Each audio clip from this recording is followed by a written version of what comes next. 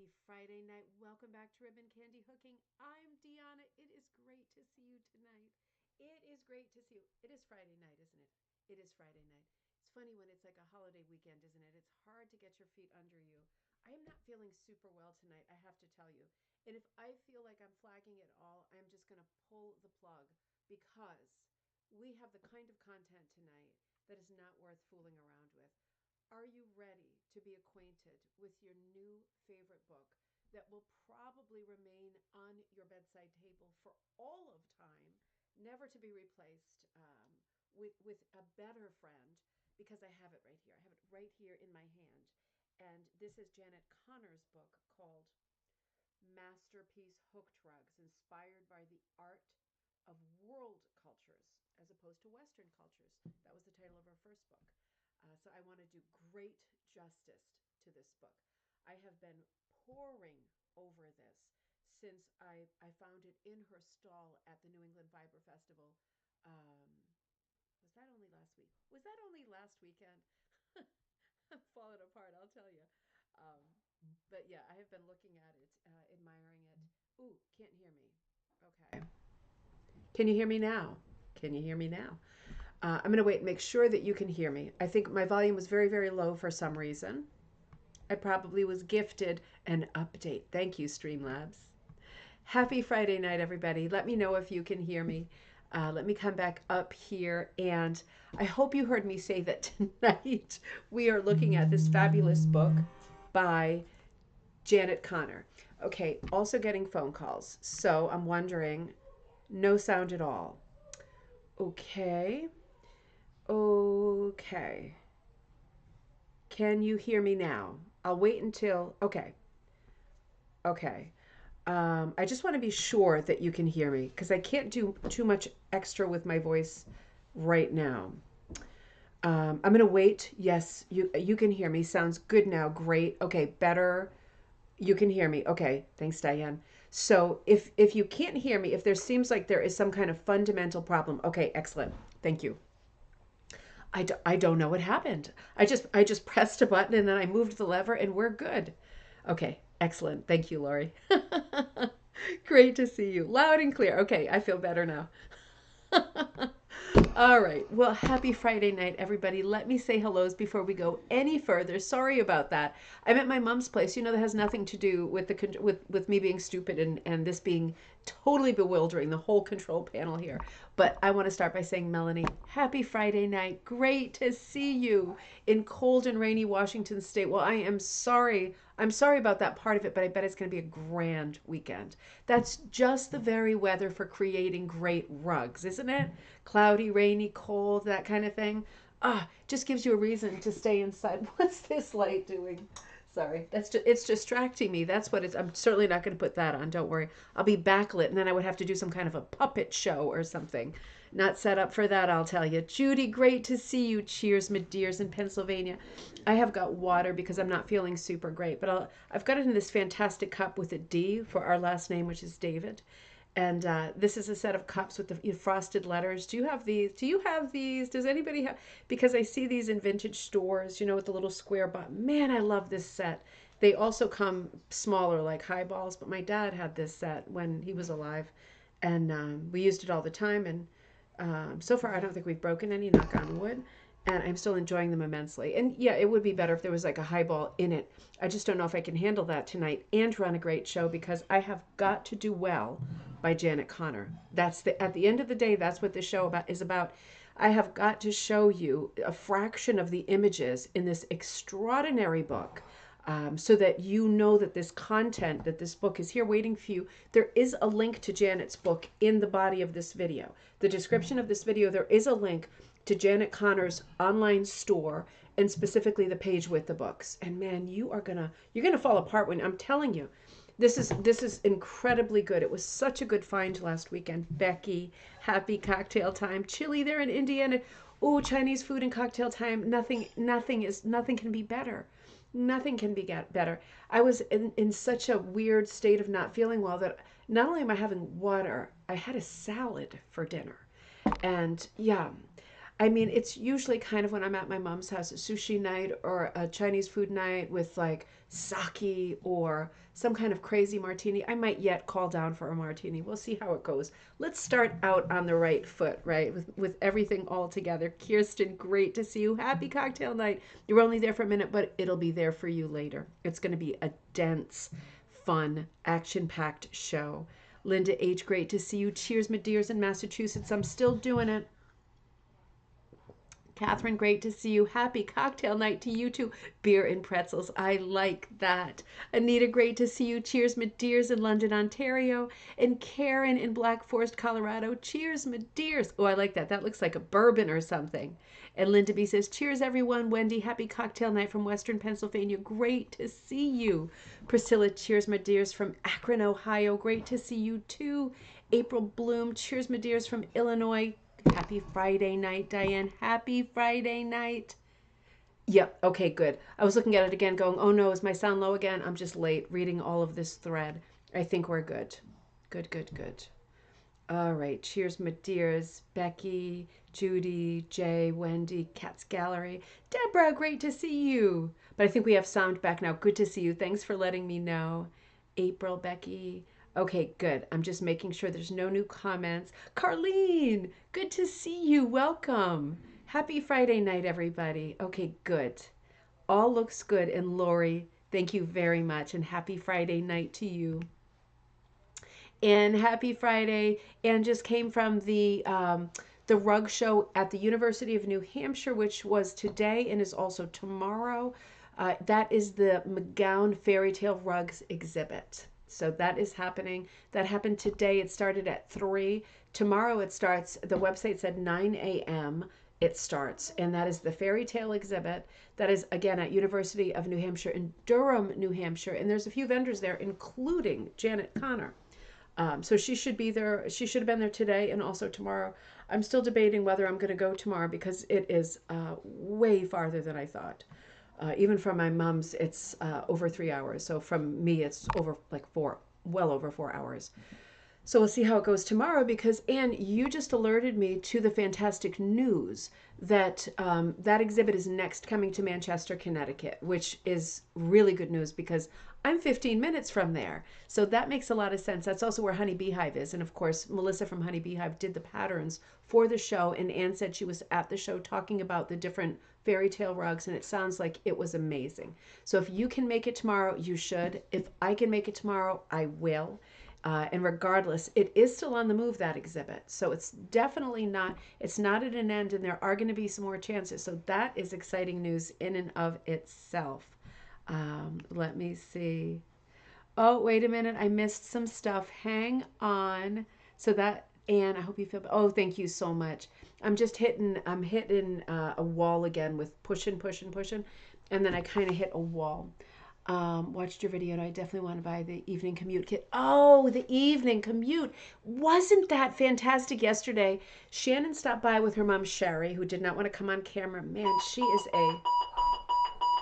Your health call is in progress. Huh, that's okay. Your something call. Your health call is in progress. I swung my thing and it said... Oh no, I'm at my mom's and she accidentally swung the necklace. Please wait. That alerts and calls the medics. Your call has been connected. Someone will be right. That's okay. That was an accident. Normally what she does is have a... Do you need help, Helen David? No, I don't. I just dropped my thing by accident. Okay, got it. I I understand you did not fall down and no help needed. I'll reset the lifelines. Thank you so much. I'm so sorry. My pleasure. Bye-bye. I knew it was going to go off. Well, normally you do have a colossal fall, and then you lie about having not fall. But you actually didn't fall. I lied about not falling when I took colossal falls. Colossal falls, and then she lies. But you did not fall tonight, right? I swung it. I didn't even drop it. I swung it. I didn't hear anything, so I'm going to have to trust you. She's so naughty. She's so naughty with this necklace. I'm sorry about that. It was great luck yesterday that Shannon came, and yeah, and and we were able to get together for a drink in the evening, and then she came to the studio in the morning, and I thought, how can I do a video with you that would that I could use your being here. Well, I was going to say to my benefit, but that doesn't sound right, does it? That we could do a video together because she's a close friend. She's a great hooker. And I thought, wait a minute, I have two of your design-like rugs. And so we just sat down, very impromptu, and she was real comfortable. She did a great job with talking and answering because God knows I'm scattered enough to be distracting and ruin a video pretty quick. But I feel like it was a great video too. And we talked about the two rugs that she hooked, the Fred and Rick Hunterwasser, which I think is called Evening Commute or Home for the Evening. Really fun pattern. And then the other one was the Peter Hunt pattern that's called Provincetown Orchard. So those are the two that she's done so far. And we looked at those. I hope you caught that video too, because it really was a lot of fun. Diane, hello guys. White rum and tonic water. Fantastic. That sounds amazing. Judy says, I'd like to call down for a martini. I might call down for a martini. I'm feeling better already. Dave, what have you got a hold of? Oh, you've got your hard cider. You've got your homemade chili and cider. That's turning into a bit of a staple for you on Friday nights, isn't it? Oh, I love the way you eat. Thanks, Diane. I really love that pattern too. Sorry about that. People are sending love to you, Mom. It happens. She does such naughty stuff. That's so cool, though. So that helps you right there. Yeah, no, it absolutely is. It absolutely is fantastic that could work when she does fall, if she actually says that she falls.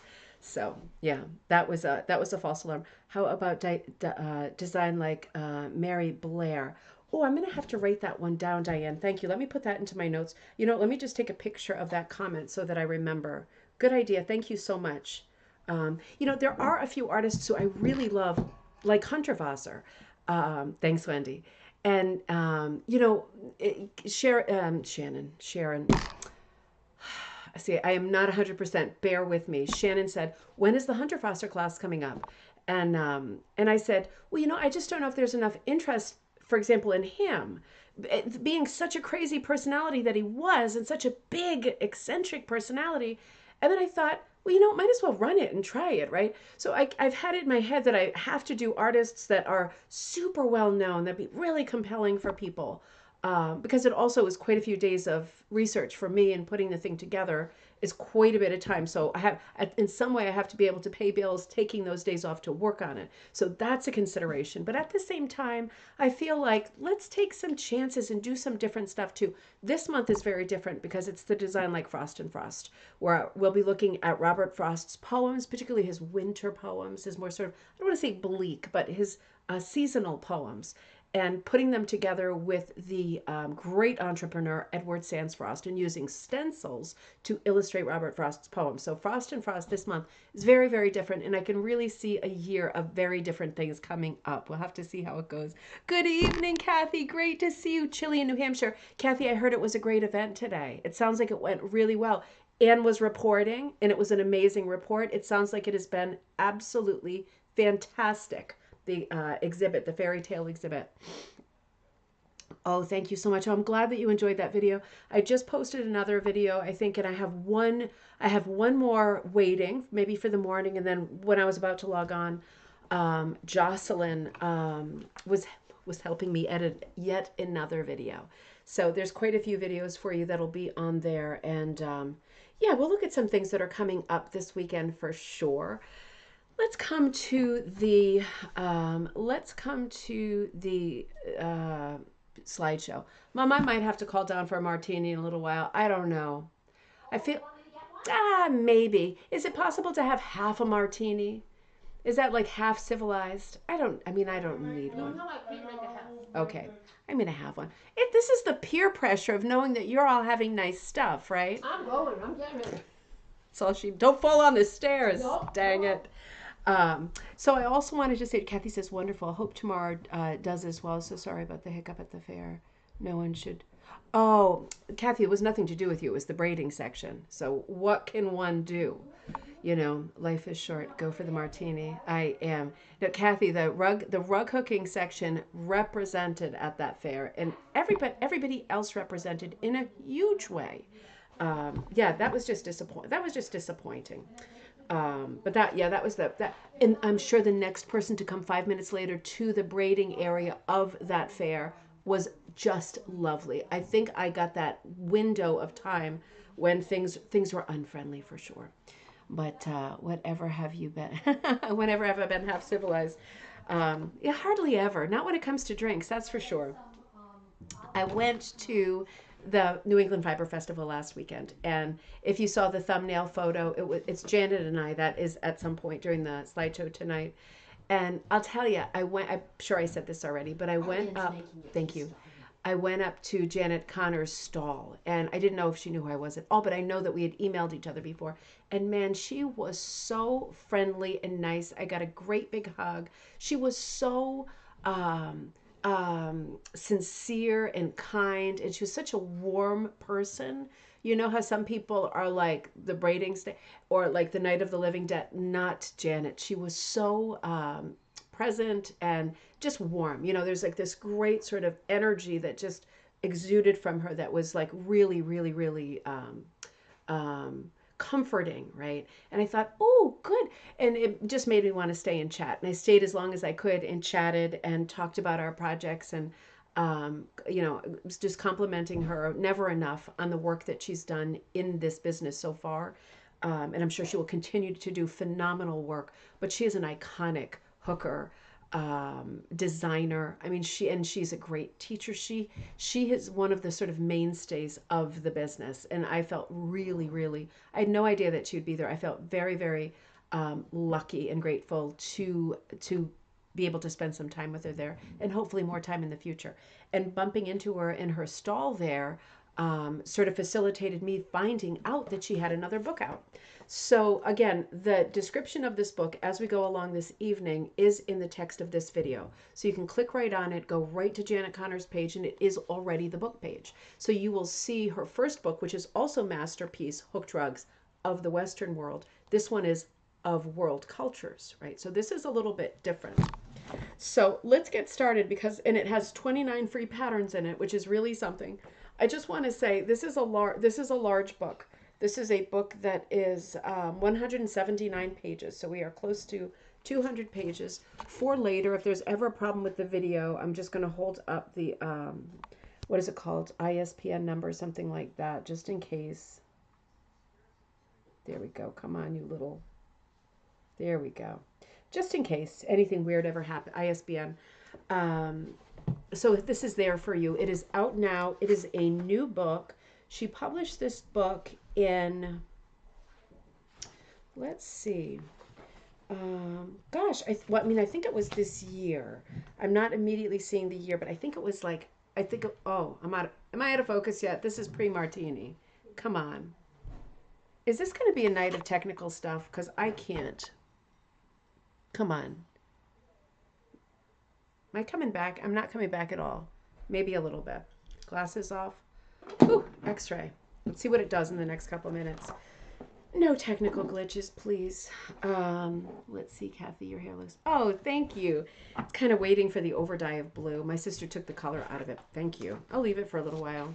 Oh, excellent. Well, we are not... Martinis. What kind of martini? Martini. With pepperoncinis. Ooh, with pepperoncinis. Mm-hmm. And olives. Mm. Thank you. Oh, that is excellent. I love to make martinis, and I always say, do you ever eat pepperoncinis or banana peppers? Sometimes I actually go into the fridge and drink straight from the jar because it tastes, it's like pepperoncini juice. I know that sounds disgusting. Give it a try before you judge. It is so good. And sometimes, even if the jar is empty, I pour pepperoncini or banana pepper or sometimes jalapeno juice right into the drink as the basis of the martini. I know that doesn't sound right, but it is so good. I'm back now, right? Oh man, I sure went fuzzy. That's one way to put it, right? So the introduction, so let me read you part of the introduction because this is an important part, and she is really saying her piece in the very beginning of the book. It's a beautiful introduction that makes a lot of sense to me. And this is something that's worth touching on. So I'm going to do kind of the abridged version. So Janet writes, in January of 2020, Rug Cooking Magazine / Henri Publishing released magnificent hooked rugs inspired by the art of Western civilization. As the title implies, this is the first book, and we've covered this lovingly on this show. This book covered the history of Western art in chronological order from prehistoric to postmodern. In brief, easily digestible form, I presented historical information, actual art images, and hooked rugs, which were expressive of the different movements of Western art history. At the same time as I submitted the manuscript for Magnificent Hooked Rugs, I sent in a proposal for its sequel, covering rugs inspired by world cultural traditions. In other words, everything else, right? And because Western art history is not, in capital letters, is not the whole story. All human beings in all cultures in all parts of the world create meaningful and beautiful art. Why would we limit ourselves to only learn the history of what Europeans consider to be their culture? Bang! That was the nail on the head right there. I mean, that is an excellent statement because it is the way that we perceive art and frame modern history and social history. It is framed with a very, I'm not going to say patriarchal because I don't quite think that that's true. I think more Eurocentric mindset, right? And it is astonishingly arrogant to think that, like, you know, this one piece of the world has produced everything good that has sort of been kept with us through into modern times. I mean, it's an outrageous assumption, and it's absolutely untrue. Art is universal, and creative expression is an innate human instinct. Toddlers all around the world all draw the classic head with legs as their first representation of a human being. Whether it's a stick scratching in the dirt, or a crayon on paper, or a finger dipped in paint, the development of drawing follows a specific series of neurological inborn phases. And we all share the satisfaction of making our own marks while participating in a universal human activity. Culture, okay, so let me skip down to this is absolutely beautiful, and it's a very like sort of psychologically astute shaping of prehistoric to modern art in a nutshell, right? It's beautifully done. Another universal human emotion is at play here, and that is guilt. It is true that dominant societies often degraded, undervalued, and outright stole cultural artifacts from less powerful groups. That is indeed a shameful fact.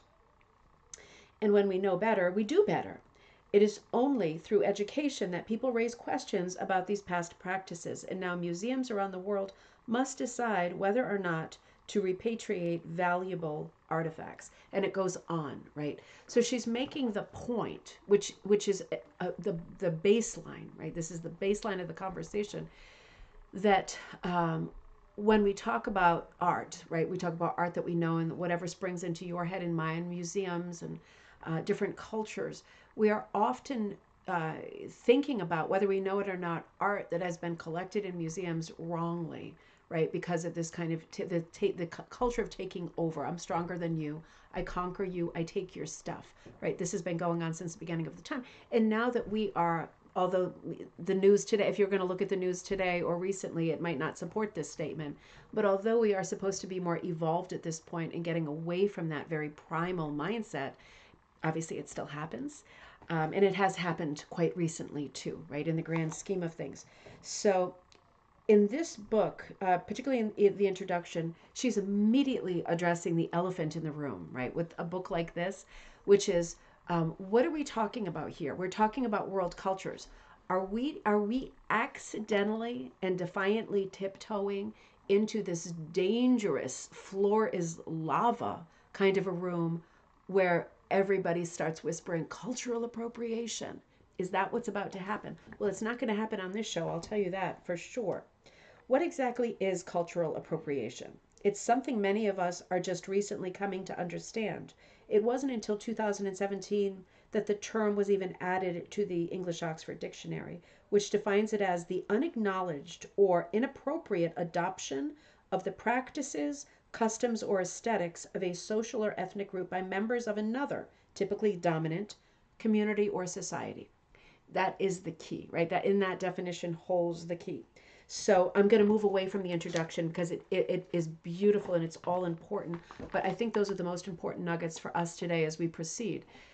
In other words, it is cultural appropriation, and this makes me angry, so my angry face just happened, when you borrow from another culture and you don't attribute it, right? That's a problem. That's a huge problem.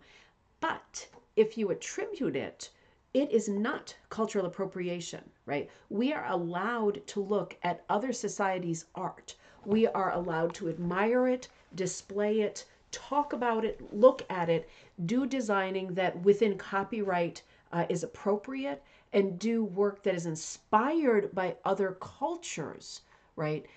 As long as what you are doing is properly attributed. If it requires an attribution, the attribution has to be there. Cultural appropriation is when you steal. It's not when you're inspired by a different culture. That's not cultural appropriation. You don't have to be a member of that particular society or group of people to be able to honor, respect, collect, love, talk about, and share their body of work. Because if we all did that, we wouldn't have many bodies of work to talk about, would we? We would just have our own, what was sitting around us at this table, whatever papers I've got. Hey, Mom. Oh, hey. Hey. You're going to say hi? Yeah, hold up. No, not really. Okay. I don't have my shirt buttoned up. I was just. He definitely doesn't have a shirt buttoned up. Yeah, I was just about to go to the bed. Why don't you button your shirt up and say hi real quick? Just hold your shirt shut. Yeah. Yeah, he's doing a Don Johnson again. That's what I was already doing. You want to say good evening and happy Friday to everybody? Yeah.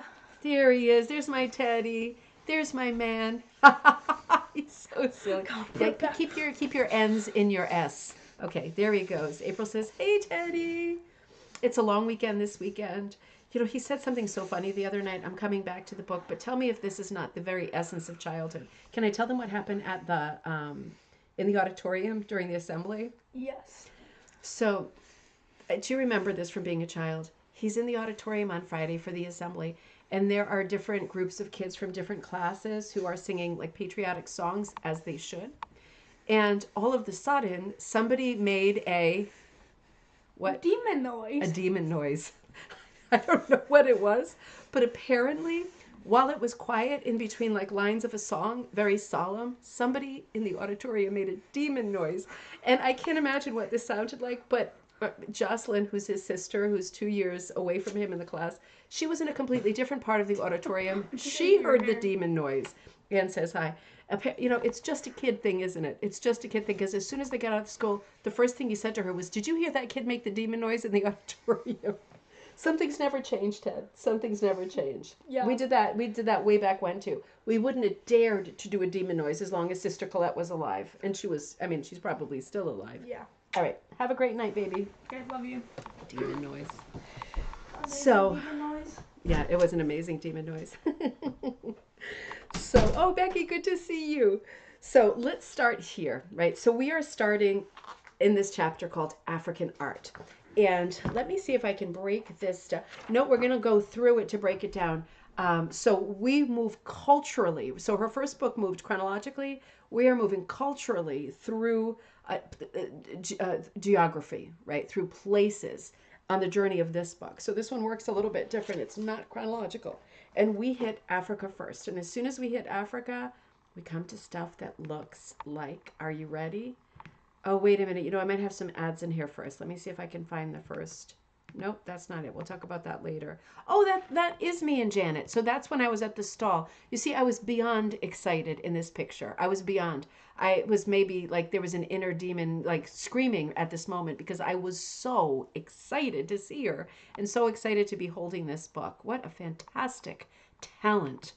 What an all-time great. So African art. This piece is called African Beauty. It is 14.5 by 16.5, 4 to 6 cut hand-dyed wool on linen with additional embellishments of batik fabric, sari silk, and beads. Designed and hooked by Catherine Hitchcock of, oh boy, this is always a rough one. Canandaigua, New York, 2020. Maybe I was close with that. Is this astonishing or what? So we're going to look at this in just a minute, but Janet starts the chapter off, Africa, the birthplace of humanity where all of our genetic roots originate. We will start with the continent of Africa where human art making began. African art features in museums around the world and in many private collections, but originally it was not meant to hang on a wall to be viewed, as we do with the art in the Western tradition. All African art was meant to be used. Masks, carvings, textiles, sculptures, all were meant to perform a ritual function. So you can see already that it is beautiful, isn't it, April? You can see already that the voice, right, the storytelling quality to the words that Janet has written in this book are lyrical, are historical, are beautiful, have integrity. And says, you talked to Janet at her booth today at the show. She is super nice. So this is going to be in short, beautifully written. And this is our first example in the African section of this book of an extraordinary, extraordinary piece of art. And I do love the colors. I love the expression, the emotion, the light. I love the application of the the batik fabric as like a headband, and those beads, right? Are you seeing the beads around the neck? How beautifully they are stacked along her neck. She is exquisitely beautiful. She has a quite serious expression, beautifully shaded face, mottled background, very dreamy, right? And great colors. The border, really, to have such talent, a thing of yeah, absolutely, it is a thing of dreams. It is absolutely an extraordinary piece. I love that the border has those sort of traditional African colors that we see most often in garments, right? In costume. Absolutely beautiful. So in this chapter, you are kind of fluttering through some extraordinary works of art. Here comes another one. This is African Safari, 36 by 41, mixed cut sizes of hand dyed and as is wool on linen. Designed with Marja, M-A-R-J-A Walker, hooked by Julie Gibson of Guilford, Connecticut in 2017.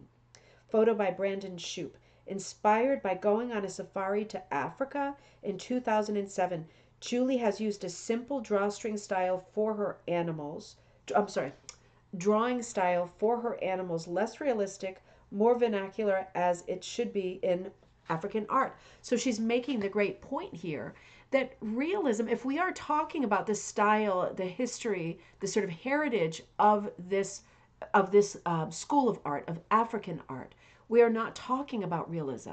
Absolutely not. We're talking about depictions, right? We're talking about very primitive sort of cartooning, for lack of a better word. We are not talking about realism. So while you can see that this rug is expertly hooked, right? And the birds in the middle, right, creating sort of a sub story. The animals themselves that are around the perimeter are outlined and filled in more in a primitive style, more in keeping with African art. So very, very fitting. But the prestige, really, in terms of like difficulty, we're being flashed a glimpse of this maker's skill in the background, looking at this rug, color changing from the greens of like the jungle and the trees to the very bright lights of a very warm, sunny sky. And these birds kind of flying overhead, all of the characters of the place at play, right? Representing almost like in a sort of game table configuration. All of them kind of represented the different kinds of animals around the border. Ryan, great to see you. Margarita's an early holiday decorating. How fun is that? Good for you. And Karen says, love the cave drawing style of the animals. Karen, you caught that right away, as you would. And it does make a big deal. It makes a really big deal that there was an attempt to do that, because you can see that there's both kinds of technique, right? There is very, very fine technique applied to the background. Ironically, it's usually reversed. And then the foreground is occupied by characters who are drawn very much in keeping with the African style, a much more naive, folky style. Now you will see, let me see if I have this next. Okay, let me show you one more, and then I'm going to show you the format of the book. I love this piece. This is called Masks Runner. This is 22 by 55, hand cut, variable with wool, so many different sizes of wool, many different widths. Wool on linen, designed and hooked by Janet Connor of Hiram, Maine in 2019.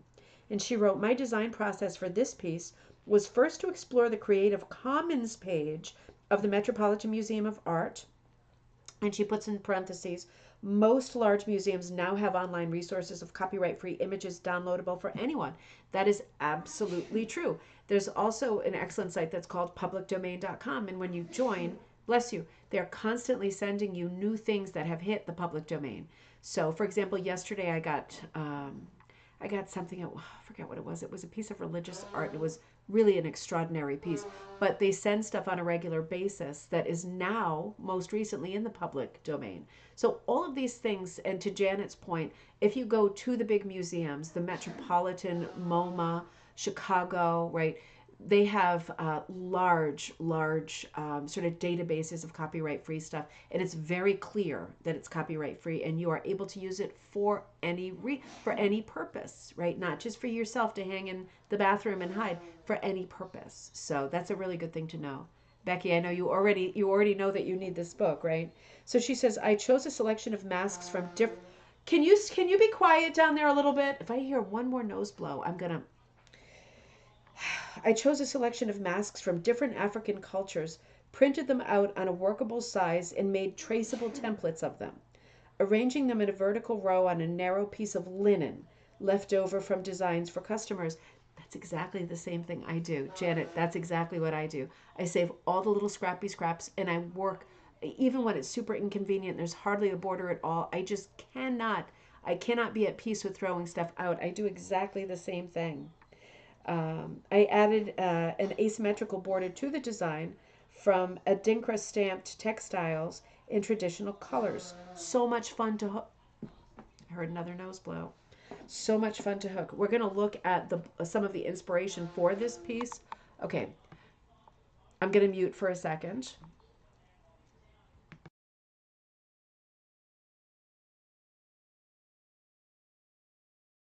Okay, I hope you didn't hear that. All right. So, moving right along, sorry about that. I just wanted to show you, this is what I'm looking at in terms of pages. And I just want to say, we just looked at these two pieces. We're not going to look at 2 out of 3 pieces of every page, but she is putting in, for example, she's already mentioned masks. So she's putting in history and text that pertains to masks. And she's also including sketches, right? She's doing some phenomenal work here that is sort of the historical skeleton to the conversation, but also she's showing us really creative adaptations of exactly what we're talking about in the book. And then she moves to like carvings and architecture. It's a very it's very careful. I hate the word curated. It sounds very pretentious, but I'm going to use it in this case because it is carefully curated. There is the right amount of text, and she's giving us the right amount of background information so that you read it for 5 minutes and you feel like an expert on that subject, right? So that is a really good thing. She's a teacher, right? And she's setting you up really well to feel like you are understanding, right, the big points, the main takeaways in the conversations about all of these different cultures. 175 pages of this. I'm telling you, it's like never ending good times. It's out of this world, out of the park. Clear the bases. It is fantastic. So then we come to, carvings and architecture. Oh, this piece is phenomenal. It's called Goin' Fishing, 18 by 11 by 14 bag, mixed cuts of hand-dyed wool on linen, designed by Sharon Stone and hooked by Val Flanagan of British Columbia in 2019. I just thought this was an extraordinary bag. And, I'm not a big one for finished pieces like this. I have a hooked bag that's done in a fine, and it did want to come apart like right away. It's so beautiful, but I don't dare use it anymore. This looks so sturdy and substantial. And I think the most scary aspect to the bag, which is the connection with the handle, is, oh, Gail, good to see you. Good morning in Australia. Happy morning. Happy coffee.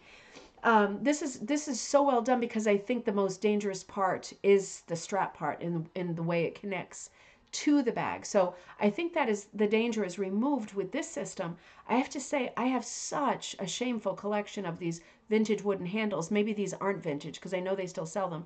I have tons. Susan, great to see you. Barbara says colors to die for. Barbara, is that you or is that Mandy? Colors to die for. It really is. And I love that the handle is painted. And I love the tabs that come down. These are like curtain tabs, right? That's what we call them because that's where we most often find them. And they have been beaded down and I think secured quite well. And now we have got 6 points of contact rather than 2. And I think that this bag is way more durable as a result than something with a strap on it. Just saying. Just saying. This, beyond construction, this is an extraordinary bag. We have got such beautiful, peaceful, but quite modern colors with the kind of seafoam blue and turquoise palette. In the water, more stormy, kind of dangerous colors. You see there are some fish very, very close to the women who are fishing. The real prestige of this piece, I think, two things. I love the shape of the bag, right? And I love the details I just mentioned. But the configuration of the figures, the composition is absolutely brilliant. They're kind of split in two that are talking to each other in a fairly animated, relaxed way, and two that are actually, pursuing the fishing part. Really beautiful composition. Love the color change. Love where the horizon line is. There is a little element of danger to the composition for me because even though we can see they're standing in shallow water, there are fish that are quite large right near their feet, which maybe is good for them. But man, if there was a fish that looked like that right next to my feet, it would be heebie-jeebies, Jaws 4 running out of there like, Satan was riding on my shoulders. And the fact of the water being way up high at their head level also creates interest, but immediately for me, a little danger. Oh, what do they do? Okay, they're fishing, taking stock, right? They're fishing. It's just a beautiful composition. The costumes of the dresses, right? That is the other thing for me that really stands out. And the thoughtfulness of the beads that have been chosen that really, really complement and mimic the colors and patterns that we're seeing in the garments. Absolutely fantastic. It is just extraordinarily beautiful. I have to come back to this and show you. It's going to be hard to move through this episode because she's even showing you places like this and drawings, right? She's showing you sketches too. So mud brick buildings were cool refuges in the hot equatorial climate. Mud bricks and thatched roofs feature in the following rug. So this is a pattern sketch. This is a pattern sketch that she did based on this building. So she's telling you a little bit about the architecture, the sort of functionality of the architecture, and then giving you fantastic patterns to use either as patterns or as part of a composition, right? You could have like a composite design made up of several different components from different sketches, 29 of them in this book. So just thinking about architecture, not just art, but architecture and culture, daily life, way of life, and then to have it accompanied with beautiful photos and pattern sketches that you can use. Now that really is a gift, isn't it? Karen says it's very active because the ladies are clearly having conversations with each other. It was like a story within a story, wasn't it? Them kind of being split into two of them actively fishing, the other two kind of catching up. Storytelling, absolutely amazing. What an amazing piece. Let's see the next amazing piece. There isn't an example of a rug in this book that is not amazing. So I will abuse the word amazing tonight because there are not any examples that are any less than amazing. She then moves still within the sort of category of African art to textiles and Adinkra prints, kente cloth, all of the kind of classic African fibers that you can think of, all of the great wovens. Oh, I didn't notice this before. I'm just looking. This isn't what I'm looking at yet. I got a bit of a detour. I'm looking at the textiles page and looking at a classic textile. They're unusual colors for me. And she's even breaking down the color palette by saying blue is peace, togetherness, love, and harmony. Black is maturity, spiritual energy, mourning and funeral rites. Gold and yellow, high worth, richness, fertility. So this is interesting, just more interesting clippets to the text because the sort of the identification of colors, right, are very different in different parts of the world. So kind of translating them to, in this culture, what these colors meant historically, right? So just a lot of interesting text, a lot of thoughtful text. And let's come back to Ed O'Keefe's piece. I saw some of Ed O'Keefe's work. I think it was when I was at the Green Mountain Show last fall. I think because I just about like rocked over on my shoes and fell backwards. I mean, it was truly amazing. I think that's where I saw it. There's a few pieces in here that are by Ed O'Keefe. He is from Thetford, Vermont. So this piece is called River Dream. It is 15 by 30, number 3 and number 4 cut, hand-dyed wool on unbleached linen. Look carefully, and this is Janet, look carefully to see the lurking danger in this rug. Forms come and go, distinguished as geometric images, like the morphing tessellations of M.C. Escher's prints. Isn't that funny? We were just talking about tessellation and Escher, I think in the last episode. I think I do see on the left-hand side something coming through the water like an alligator crocodile, and over on the right, frogs jumping out of the way. It is an extraordinary piece, and she wrote, Ed O'Keefe's African-inspired rugs echo the geometric complexity of Kenta cloth while bringing elements of universal appeal, line, shape, form, rhythm, repetition, contrast. These are masterpieces. These are truly masterpieces. There's quite a few of his rugs in this book, which I consider a great gift. Yes, Kathy, I think the alligator, because it's very hard. Google Ed O'Keefe. We're not finding stuff on him online. So it is a great gift. It's not just these pages, but it's a great gift in this book to see examples of work from someone who is working now and is absolutely, yeah, you got it, Gaynor, is absolutely extraordinary, doing very, very different work. So this is a gift. This is a gift. So you can look forward to seeing quite a few of Ed's pieces here. And this whole sort of series of African, I mean, it's outrageously great. And I think I might have another one, right? Yeah. So this is called Graffiti 2. This is 18 by 20, number 3, number 4, number 7 cut. Again, hand-dyed wool on unbleached linen, designed and hooked by Ed O'Keefe. Absolutely love this. Very sort of I don't want to say classic African colors, but most identifiable, very careful postage stamp trim around the edge, right? It's whipped, but that border is fantastic. This piece being called Graffiti 2, it does have the feel of graffiti. It does have a very pop art feel to it. It's extraordinary.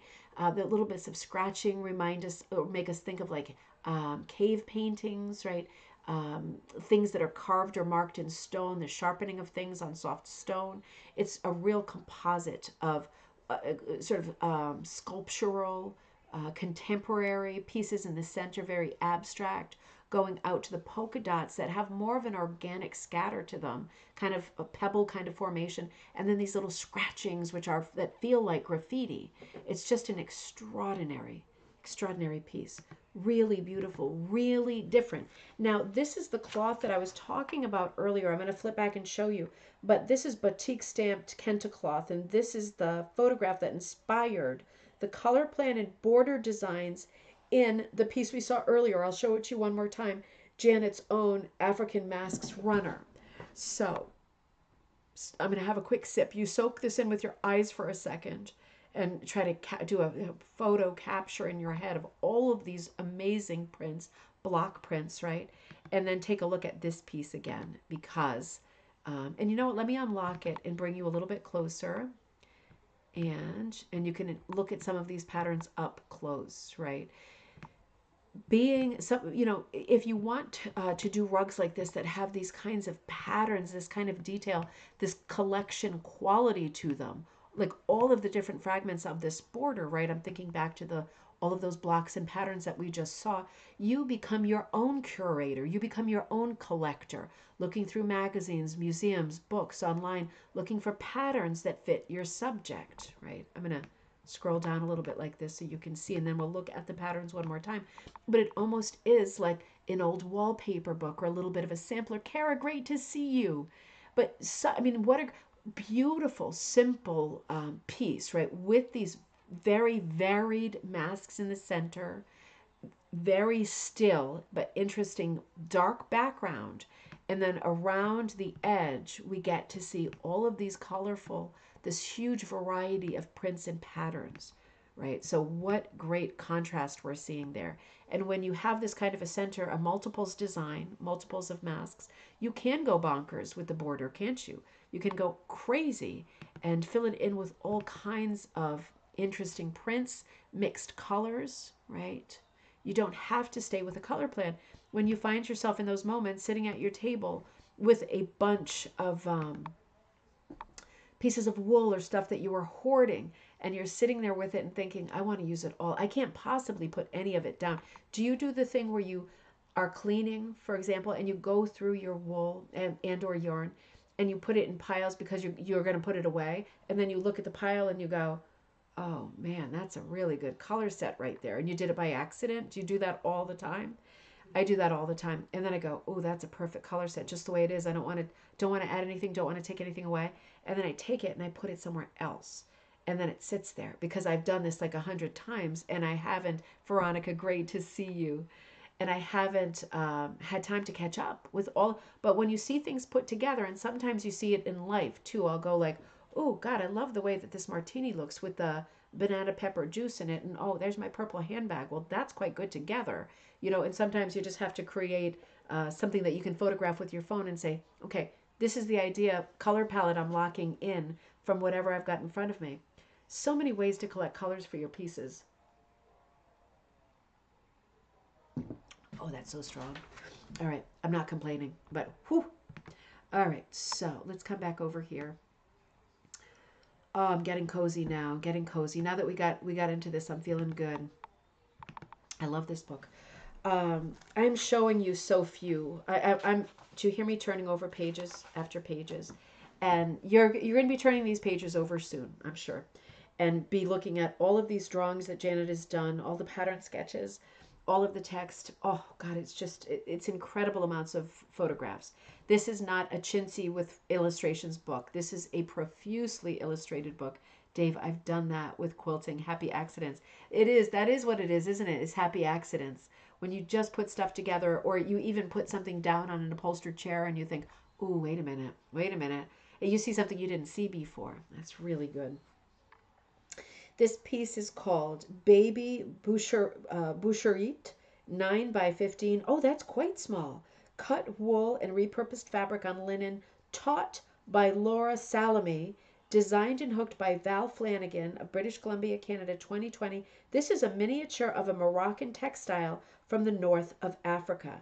Sometimes the simplest thing can have the most dramatic presence. As hookers, we need to always look around us for that special artifact which sparks a design. I just love this piece. There are like hundreds of images in this book, and this is a simple one, but for some reason it really spoke to me. Something about the simpleness. There's such beauty in the color, right? I love this sort of baby blue or robin's egg blue against the black speckled.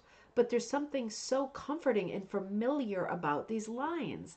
It brings out something in me that's maybe from another life, another time, a memory. Something gets triggered when I look at this. And I guess that is to be expected when you're looking at art from very early cultures that we hardly ever regard as being worthwhile of a second glance.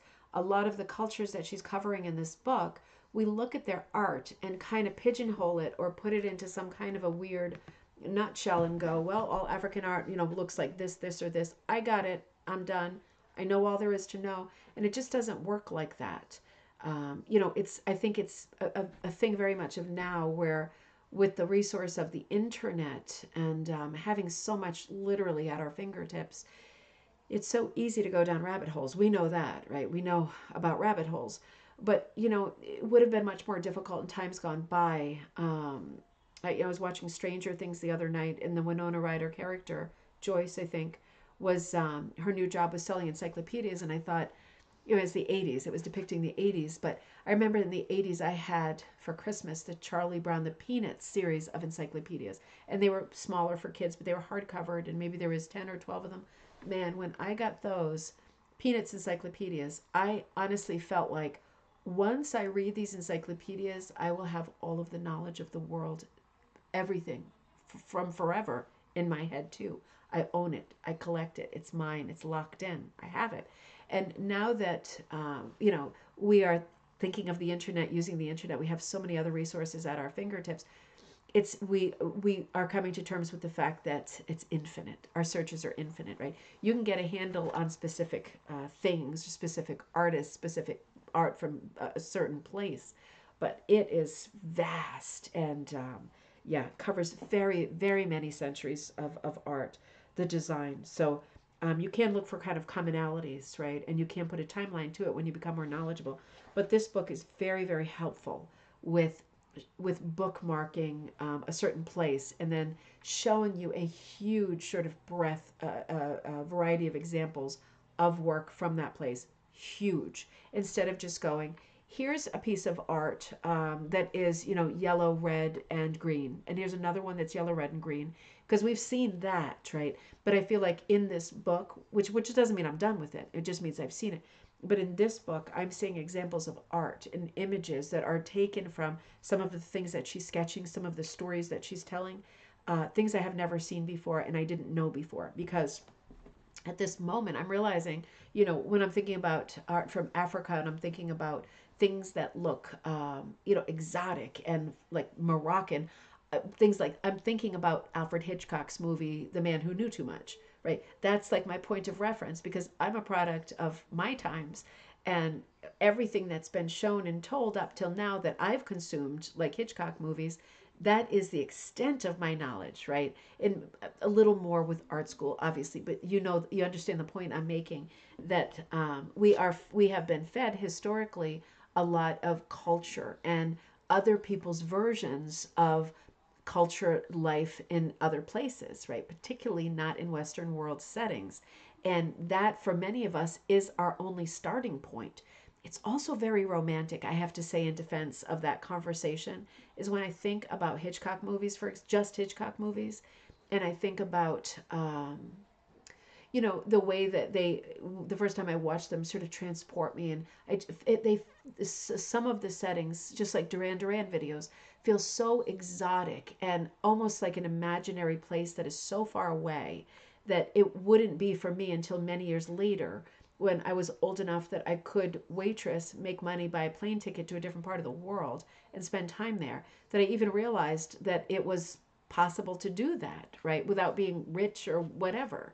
So we have very limited, I mean, even when we're pretty cosmopolitan and well read, right, we still, I think, have a very, very limited view of what other cultures' art and sort of their historical timelines look like, as we should. We've been here the whole time, but now it's time to catch up. And this is like the equivalent of the set of encyclopedias to catch up on non-Western art. The next chapter moves to North American art, and we are talking about indigenous art at this point, right? So we are still not talking about Europeans. We're talking about indigenous art. So for example, the first piece, I think I did, and again, I showed you a mere fraction of the images that are in that chapter. I'm saving. Oh, wait a minute. There's another. Hang on. No, there's not. That's this chapter. Do you hear me turning more pages over here? I mean, I'm looking at the Arctic. I'm looking at Grenfell rugs, Eskimo bone carving, Inuit shaman mask, a stuffed whale, right? Oh, that is cute. Let me show you the stuffed whale. That really is cute. I like that. This is by Janet Connor. Designed and hooked by Janet Connor. I love the tiny sculpted buttons and the little sperm whale tooth. Okay, let me show you. This is the kind of pages and here's the whale down here that I'm flipping through. Super lush, beautiful, beautiful images coming at you that really you could turn one page every night in bed and read it and look at the pictures in detail, and then you'd probably zonk out, right? But yeah, there's a lot to enjoy. The Northwest. So this is a Chilkat blanket that is 32 by 16 new wool on monk's cloth, patterned by Windermere Hurst Field. Windermere Hurst Field by Jane Perry. Okay, patterned by Windermere Hurst Field. I'm sorry, hooked by Jane Perry, Bluffton, South Carolina, North Hero, Vermont. I love North Hero, Vermont. That's right on Lake Champlain, isn't it? I feel like it is. I feel like I took a boat out on there looking for Champ, and I felt like I stayed in North Hero. That was ages ago. That was a beautiful, beautiful town. Jane tells us, oh, let me show you this, not me. Jane tells us, oh, okay, thank you, Susan. This pattern is Riddermere Hurstfield. Okay, thank you so much. Okay, so that's a little typo. That can happen. I was thinking, do I need to go down the rabbit hole? But I didn't make the Hurstfield connection. Yeah, so not Windermere, Riddermere. Thank you, Susan. That was very, very sharp. You were right on it right there. Yeah, And it does look like it, doesn't it, too? We've done a lot of Ridimere pattern episodes in the past, and they really are cool, funky, very different, with a real hat tip toward the sort of indigenous peoples culture of Canada. So that's very fitting for this chapter. We can expect to see that sort of design aesthetic here. So this says, hold on one second. This rug is a replica of a chilkat dancing blanket. These blankets were originally woven by the Northwest Indians of British Columbia and Alaska. The men of the tribe designed the pattern boards, after which the women wove the design on vertical looms using goat wool and cedar bark. Their weavings, often animals, were designed as though the animal had been sliced through the center and flattened, thus creating a two-dimensional shape. Yep, so that makes perfect sense. It is like a cross section. It is very, very flat, isn't it? Like a pressed butterfly or something like that, and very symmetrical. And she writes in this chapter on the Northwest, the natives of the Northwest created an extraordinary culture which was untouched by Europeans until the late 18th century. The 30 or more tribes of this area lived between the towering rainforests and the ocean's edge of the United States and Canada. The stylistic abstractions of totem, animals, and people are boldly painted in red, black, white, and gold with naturally sourced pigments. Eagles, ravens, bear, and salmon were clan-associated symbols which often reoccur in Northwest Native art. So all of this interesting, unendingly interesting. I'm telling you. Let me do a few more turns until I see something else. There are so many textile examples in here that it was very, very hard to choose. But to choose what to use for the show, knowing that you will soon have this book and you can enjoy it all. And I want you to be surprised by very many surprises. There's quite a bit in here about Emily Carr, as you would expect. Because Emily Carr, in her lifetime, iconic Canadian artist, right? She did live with the indigenous people who she really related to, built sincere friendships with. This was a huge part of her life, a huge part of her life. So while in modern times she has been criticized for, guess what, cultural appropriation, she actually lived within these cultures as part of the group. Right, as like truly lived there, didn't visit and do sketches and make away, right, lived with them, right. So this is a huge part of her life and her story. So a lot of art that, and this is Emily Carr, Forest Lover is, I think that's the name of it, great biography on Emily Carr. These are examples of Emily Carr's work, just to give you a feel for it. Really lush, right, really lush green, almost sci-fi fantasy feeling to her landscape, but the buildings and some aspect of most of her compositions is very, very secure and geometric, while oftentimes the rest is just wildly trippy, right? Super, super, super lush. If you associate any one color with Emily Carr, it's certainly green. Susan, you already have this book. It is amazing.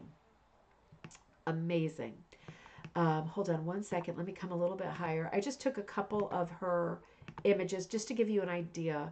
You know, she when she was living, I forget which she lived a ton, like years, with one specific group of people, and I forget what they were called because I'd never heard the name before. It wasn't a tribe or a group that crossed over to the U.S.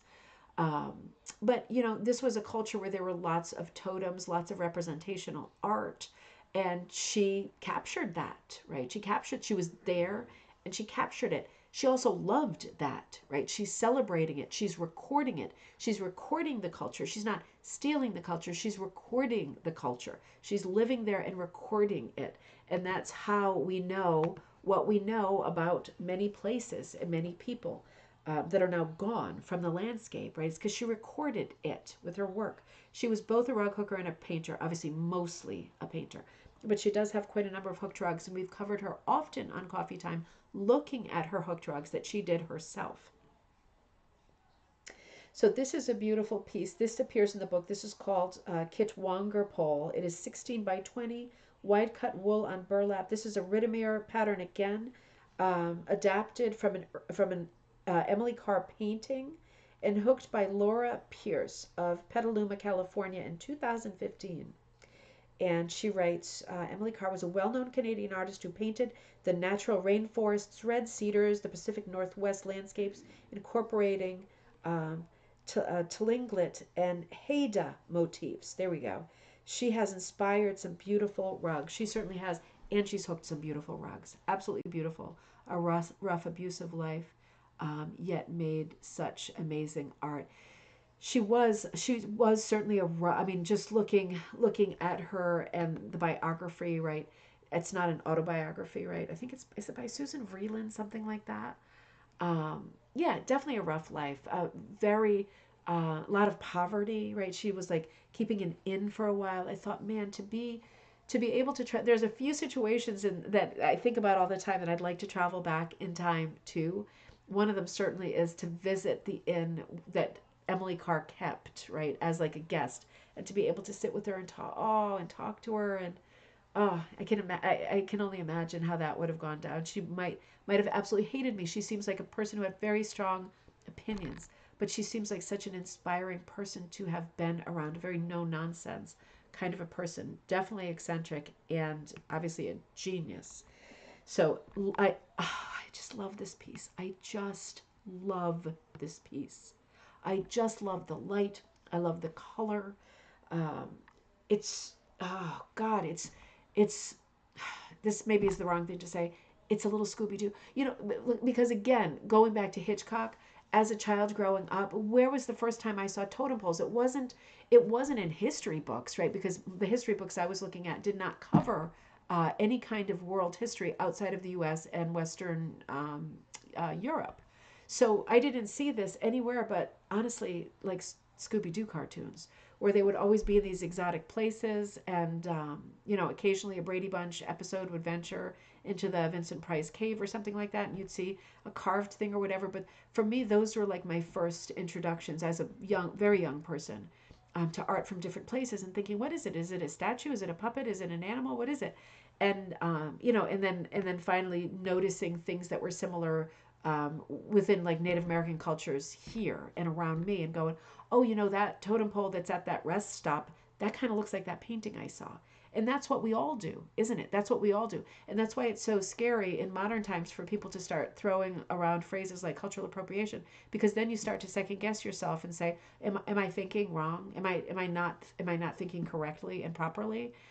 When we are all coming from the same place, right? Everything is like a work in progress. We see things, we absorb them, and then, more recently we've been told you should not have absorbed that.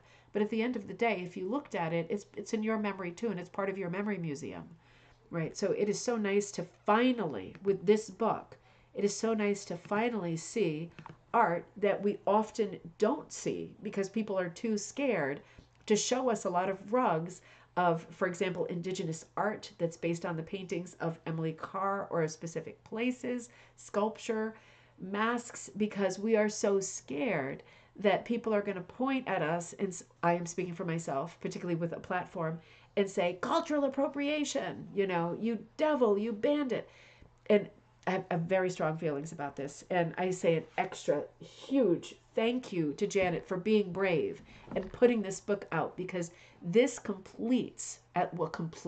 this certainly adds to our understanding of art that is not from Western cultures. And this was absolutely missing in our rug hooking resources, go-tos, right? We are not seeing this stuff in magazines. We are not seeing it.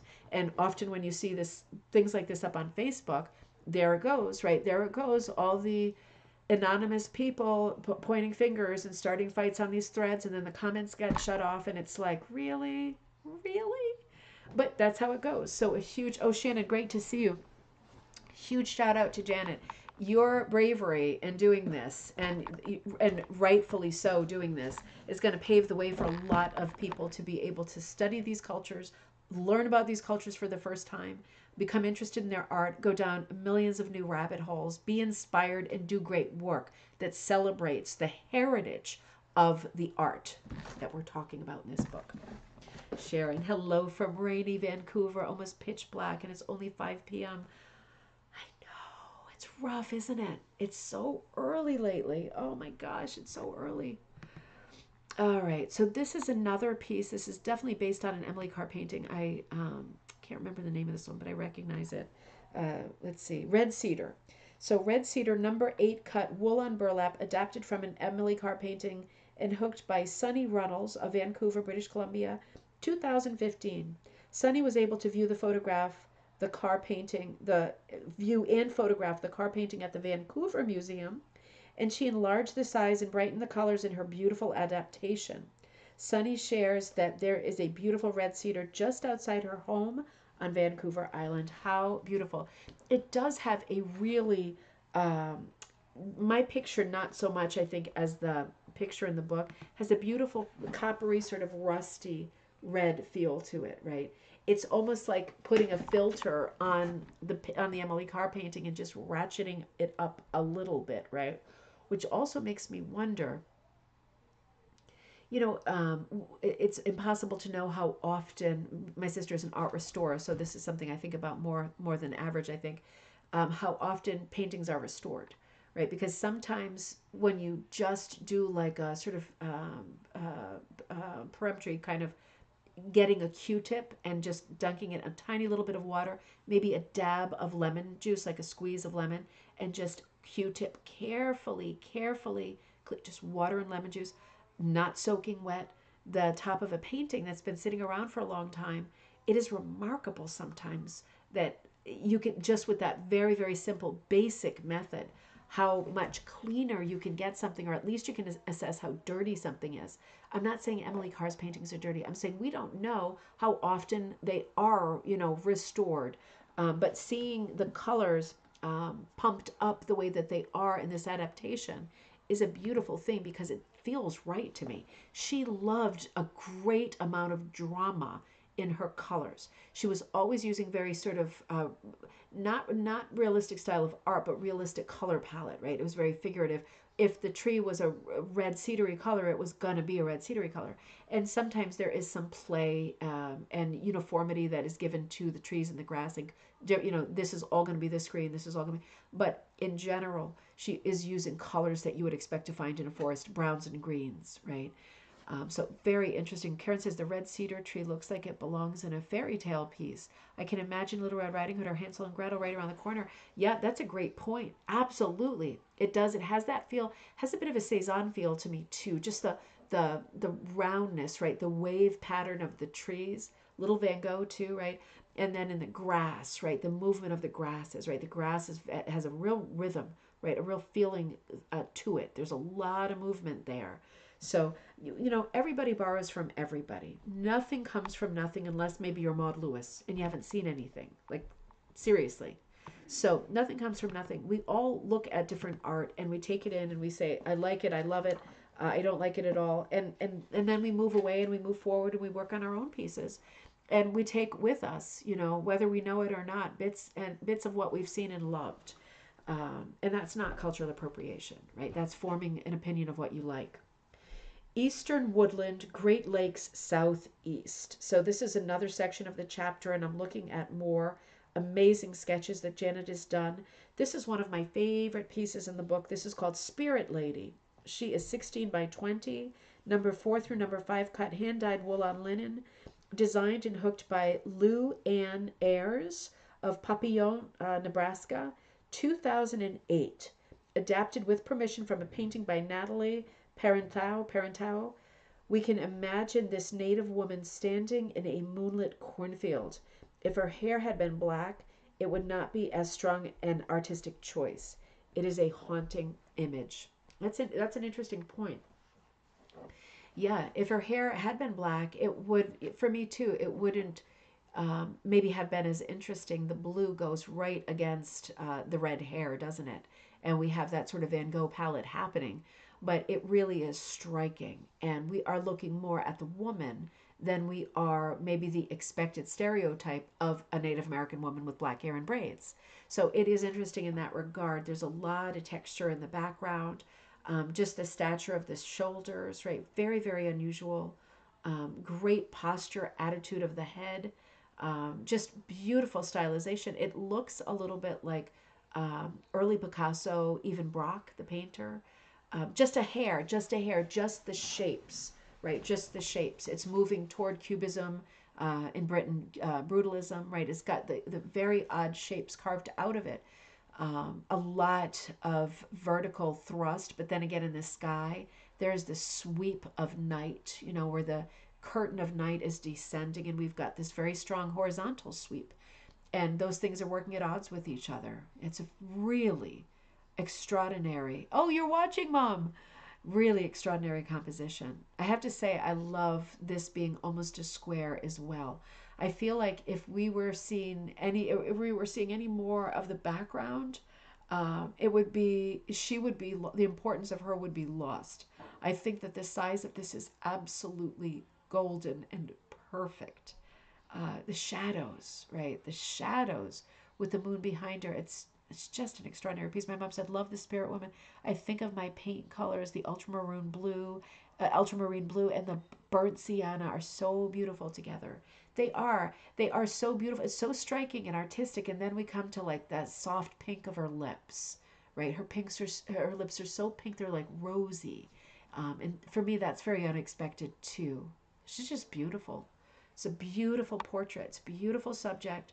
And in the case of this composition, I think while it is a portrait, first and foremost, the landscape has has a big stake in the success of this piece.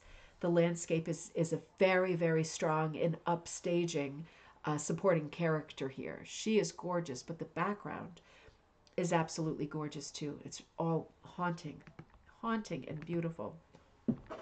Crazy Horse. Let me find him. See, I skipped so many pages. She's even got examples of, beautiful images of art and rugs from the region that are not attributed, that were found in deep dives on the internet. So she's got some beautiful antique and vintage rugs too that are in here. I'll just flash this as an example. They're so much fun to look at.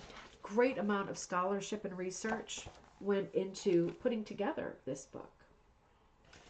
Absolutely beautiful. So let me see if I can find that piece. Okay, Crazy Horse. So we are in Great Plains right now. This is the Great Plains region, and here is Crazy Horse. 26 by 32, number 6 cut wool on linen, designed and hooked by Alma Shelley of Victor, New York in 2016.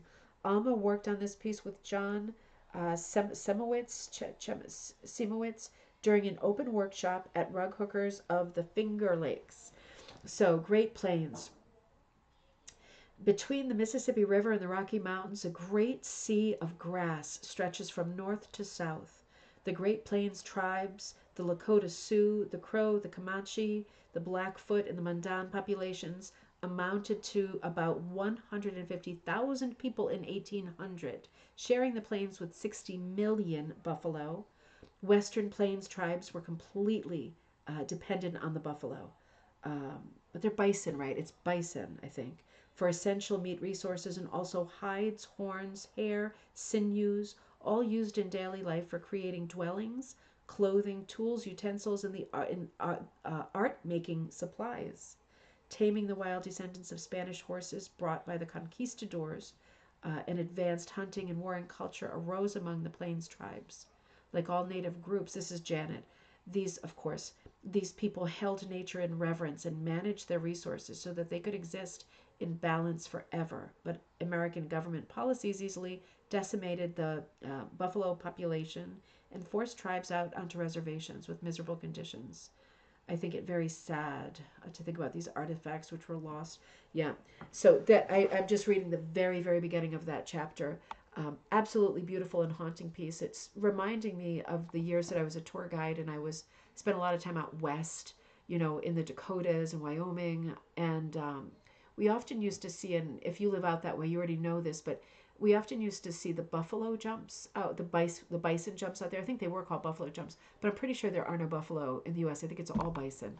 But they were jumps in that they were like it was like a topographical feature, right, that had been created years ago, where there would be like land and then a very sudden drop.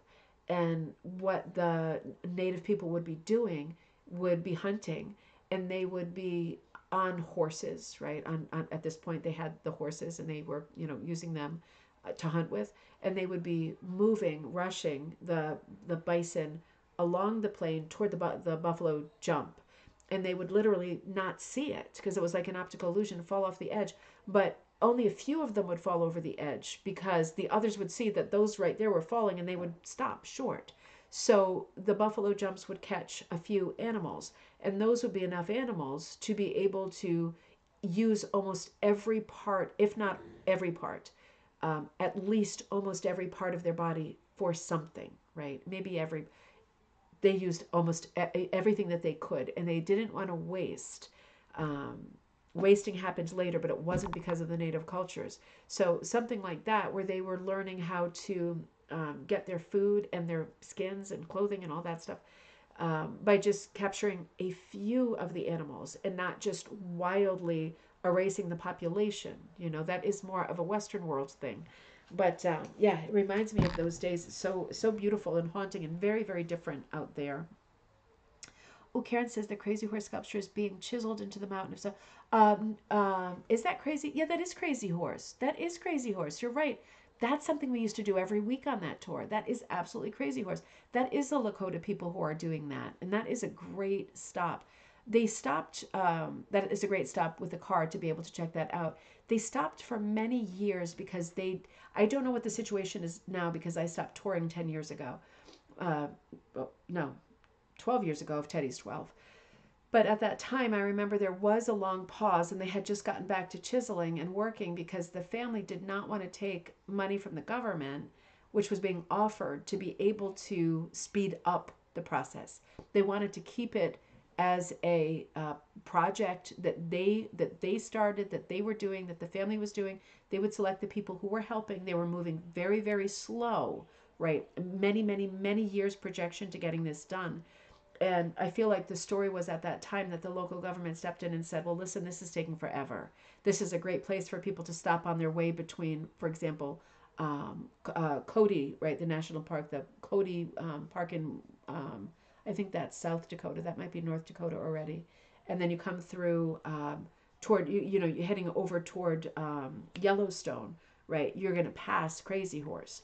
So it made, and you go by that Devil's Rock, right, from Close Encounters, the movie. Remember that big tower that's flat on top? It's right there. It's right in that kind of neighborhood. Easy drive. So they were trying to, and also quite close to Mount Rushmore.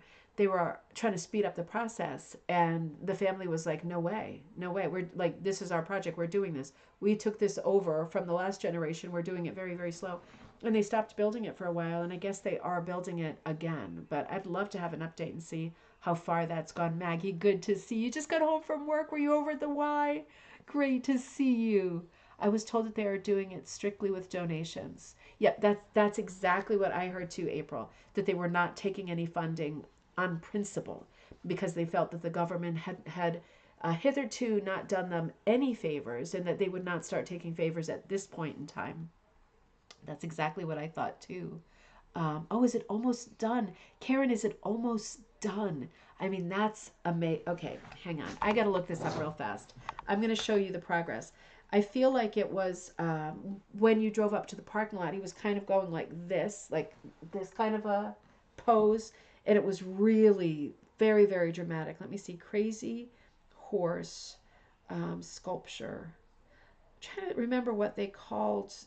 I guess they called it the Crazy Horse Memorial. Simple as that. Oh, wow. Yeah, that is coming together. I'm going to show it to you. Let's see if I can find the best picture. Okay. Oh, no, that's the little one. Yeah, this is what it will look like. If you can see this. This is the sculpture where you're eating lunch. They have like a little cafeteria area outside the gift shop. It's very, very small. There's a movie in there. I don't know if you can see that, but that's off my phone. So this is what it will look like. Where's my finger? And this is what the carving is doing there, right? And they're showing it in the same pose too. So as you're sitting there, you can look up and say, there we go. It's coming right along, I have to say. It's coming right along. It's definitely looking more evolved than when I was there. I don't know if that's the most current. I don't think that is the most current. That's not very far along. But interesting thing to follow. And maybe if you're out, ooh, that's a good one of the face. Maybe if you're out in that part of the country, would be interesting to check that out. Great history out there. Really, really amazing. I completely forgot how much I loved those days and visiting that thing. So anyway, that was a bit of a departure. Crazy Horse. Thanks for bringing that up, though. That's such an important monument, in our time. Something that's happening right now, right? That is really, hopefully, always going to be there and super, super important. How cool is this? Pattern sketch Buffalo Bill fat back. George Catlin was a talented painter who strove to create portraits of Native Americans he met during a series of 5 trips to the Great Plains during the 1830s. See, this is what I'm talking about. I'm going to show you this. He recorded the details of costume, hairstyle, expression, and presence. Any of his native portraits would make a great rug, and they are all in the public domain. Buffalo Bill is one of my favorites, with vibrant colors. So this isn't actually Buffalo Bill. This isn't like Bill Cody. This is a native person who's also called Buffalo Bill. And for example, Janet's showing us that the hairstyle, really unusual. And then this is one of her many patterns that you can use. Here's another one, right? This book is loaded with patterns that you can use as well. And then on the opposite page, looking at a lot of beading, right? Looking at garments, because also pulling for design, right? Pulling patterns and colors off of garments. Remember, art for art's sake is a Western idea, right? We are seeing art in the beadwork on somebody's vest or on the tops of their boots or something like that, So, oh, this is so good. It's such a good book. Here, let's keep going. And, oh, Eloise says, in Montana, there is a bison range. It was administered by the U.S. government. The natives of the area keep trying to get control. At last, the government handed it over to them, to their tribe. Oh, I didn't know that. That's a great story. Thank you for passing that on. That's really a great story. Everything does need to be rethought at this moment in time, right? We obviously have to revisit our ideas of what was a great idea from time to time, at least from generation to generation, at least. And think about what we've done and why we did it. Because, of course, the rounding up, right, of the idea of putting the Native people onto reservations if they didn't immediately check in and report themselves to government posts, right, that is absolutely outrageous and unreasonable, because you can't just set up posts and say you must check in or you're in really big trouble. Doesn't really work like that, But, yeah, I mean, the idea of rounding them up was in part danger. Right, they were afraid of revolt, and they were afraid of counter-revolutions and losing control, loss of life, for the people who they were trying to install at these areas that were regarded as outposts back then. So, yeah, it's good to know that they are thinking and revisiting these things, because, not always right. Sometimes decisions are made years later, and I am defending history to some extent.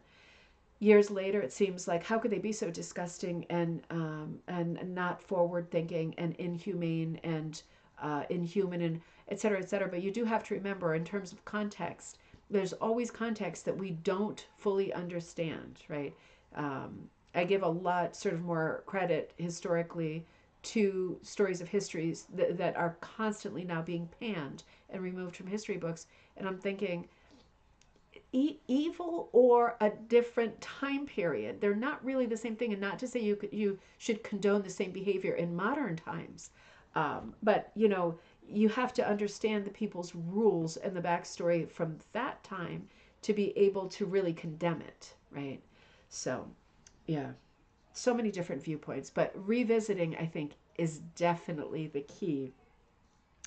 Janet moves to the Southwest, and another beautiful collection of images. The American Southwest is a land of contrasts: mountains and deserts, scorching summers and cold winters prone to drought. However, the Pueblo, Apache, Hopi, Zuni, and Navajo become successful farmers of corn, squash, and beans.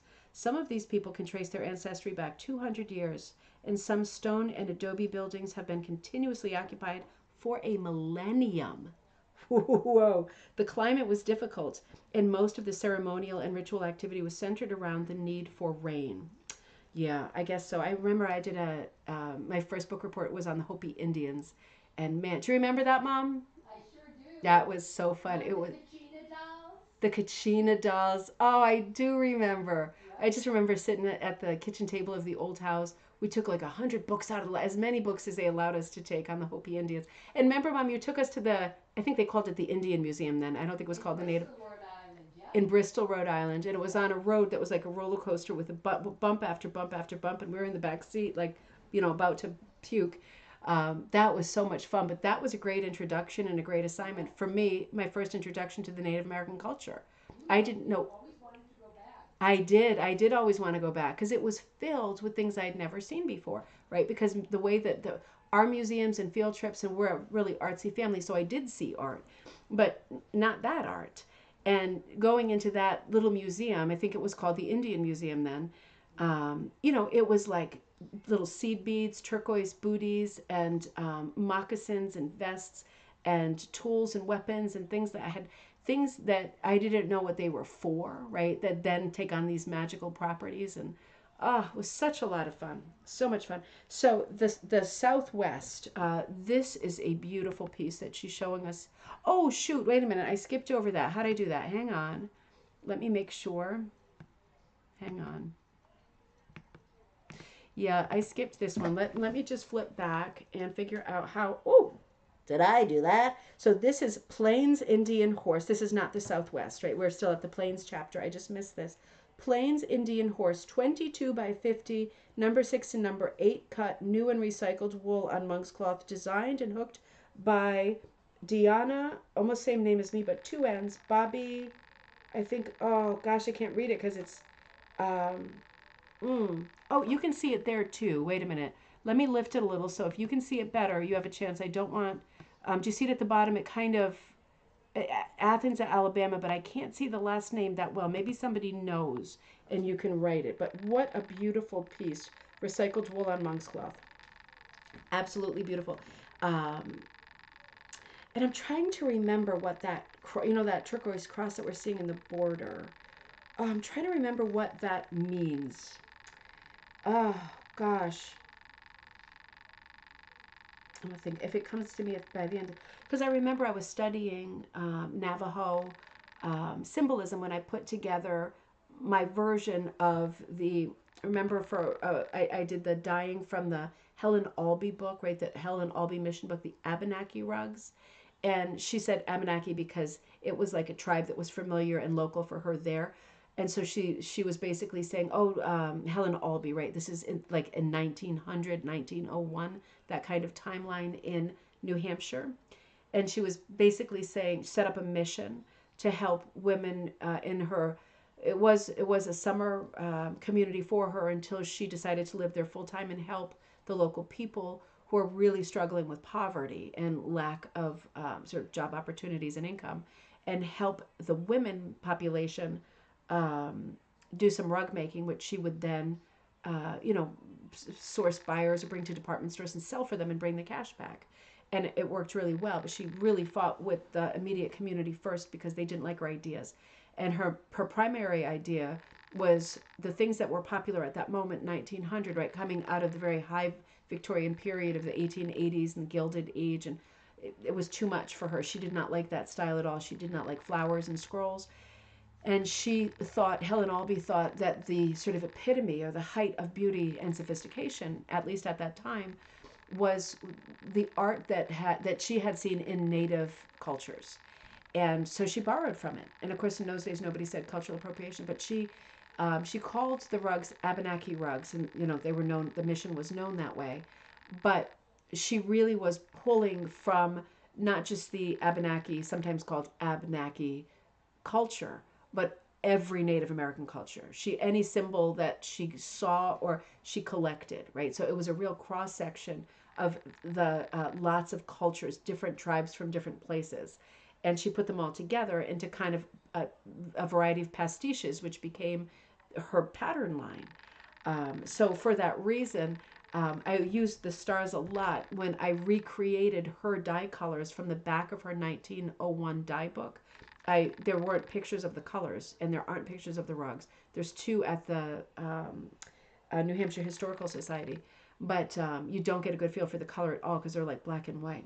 So in her book that she wrote describing how to do rug making, particularly good rug making, which meant Native American design, she gave recipes for colors, and I tried to follow the recipes to make the colors, and I made a swatch set that probably is still available on Ribbon Candy Hooking, maybe. If not, you can bump me or alert me, and I'll put it back in stock and dye some more. Very, very cool to be using that color palette. And yeah, and I tried to design a bunch of rugs at that time with the mindset of Helen Albee, pulling from different cultures and using different symbols in this kind of what later will become known as the Maltese cross. It was, I mean, people said Maltese cross during the Victorian period, but now we use the sort of simplified version of it more as quilters than anything else. But, you know, this symbol was used throughout many cultures, not just one. So it has more than one meaning, but there's like one main accepted meaning, and it'll come to me. I'll tell you another time if I can't think of it. But interesting stuff to research. That's the thing, stuff to research. That's what this whole book is about, is giving you little prompts and showing you little arrows that say, here's a rabbit hole. You interested? Karen says, isn't the four-pointed cross symbolic of direction? I don't think so. I mean, maybe in some cultures, but I'm thinking my instinct was evening. Like it was something more like that than it was direction. I'm sure in some cultures, absolutely. But as this book can describe better than I can, the different, just within Native American cultures, right? The different tribes that are in different parts of the country are not for many years exchanging meaning or trying to exchange language. So they are using symbols that are often a literal depiction of what they mean. So like a mountain kind of looks like a mountain, you know, that kind of symbolism, very literal. And we get away from that a little bit further up the road when we're looking at like outposts and trading posts and things like that, where there are like store situations and a mix of cultures where people are actually around each other, not to kill each other, but, you know, to buy something in the same store. Then we start getting that kind of cross-pollination of the symbolism, and it becomes less pure at that point, which is also interesting, but makes it rather infinite because the symbols then multiply, and so does the meaning. And then we start seeing different communities using the same symbolism, but now they've borrowed it from someone who's many hours away, but now with horses and later the train, they're looking at their stuff too, and they're borrowing, right? Art is about borrowing, right? That's what this book is about. It's about looking and saying, I like the story you're telling there. Oh, you make this symbol and it means evening. Oh, I like that too. And then you ride away on your horse and you use it at home. And it becomes very confusing 100 years later when people look and they go, oh, I didn't know that these people use this symbol too. It's all a moving target, isn't it? So coming back to the Southwest, because I missed that pretty horse and I didn't want to miss it. This piece that I accidentally flashed is called Emergence. Here it is in full. 24.5 by 35, number 3 cut wool on monk's cloth, designed and hooked by Tricia Miller of Alstead, New Hampshire, 2018. Beautiful rug incorporates many Southwestern symbols, Pueblo building, cacti symbolizing an origin story. Oh, interesting. And yeah, beautiful sort of adobe dwelling, the ladder, right, for heading up to the top or to the window or whatever. Very, very interesting storytelling here. I think over on the left, right, that is the origin story, right? This little seed of a creature kind of buzzing away that is about to very literally spiral out into a different organism, a larger organism, and maybe the suggestion of the predator with the tongue sticking out on the right and the bees, or maybe hints of other creatures or predators or dangers, or possibly the evolution of that little thing. It's hard to tell what that little thing is. He doesn't look like anything, but I guess that's the point, isn't it? But lots of symbolism here too, but couched in a storytelling setting. So this is like a much more kind of Western image where it could be the illustration for a book or a book plate. Kara says the birds scared me to death. Is that on this one? Is it on this one? Yeah, this one, I love this. I love this. I love the color, the very sort of clay colors, right? These are very Southwestern colors, aren't they? Within like a decorating palette. Footprint, dangerous man. Yep, that's good, Karen. That's really good. I think that's right there. Perfect. Yeah, I love that little corner, that conversation about creation. And I just love that this is absolutely a pastiche of symbolism. It is not, we're not looking at one culture here. This is really interesting. And my mom says, that's amazing, Karen. I think it was the Haffenreffer Museum. It was, Mom. It was closed by the owner, Brown University, who transferred the collection to. Oh, is it not there anymore? It's not open anymore. Oh, well, that's a bummer. I hate it when things change. But at least the collection's in Providence. That's probably a place where more people have access to it. Yeah, and safer. Yeah, it was really out in the middle of nowhere. Yeah, that's right. The Haffenreffer Museum. I think we just called it the Indian Museum, right? Because we didn't say Native American when I was younger, and probably you had that too. But I like this because it's a very different composition. It's not a very settled composition. We have a lot of diagonals. And I guess the anchor that's keeping everything stable is that very dark dwelling. It's very heavy shape with a lot of weight. But there are a lot of diagonals, and it's a very unusual color palette with the neutrals, with the sandy clay colors, but then the really kind of peaked pastel colors, very high, bright colors. Absolutely beautiful, but a great composite of many symbols. You know, also pulling from, this is a very pedestrian thing to say, but like the Dover books, you know, the Dover books that show the whole series that show you lots of different examples of clip art from different everything. Every culture that you can think of, Dover has a book. Hold on, I lost track of this little. Yep, there we go. And you know, you can look at those for inspiration too. Um, this is, I think, a charcoal. Is this a charcoal? Yep, this is a charcoal design. I was going to say this is the same kind of an idea, but this is a commercial pattern.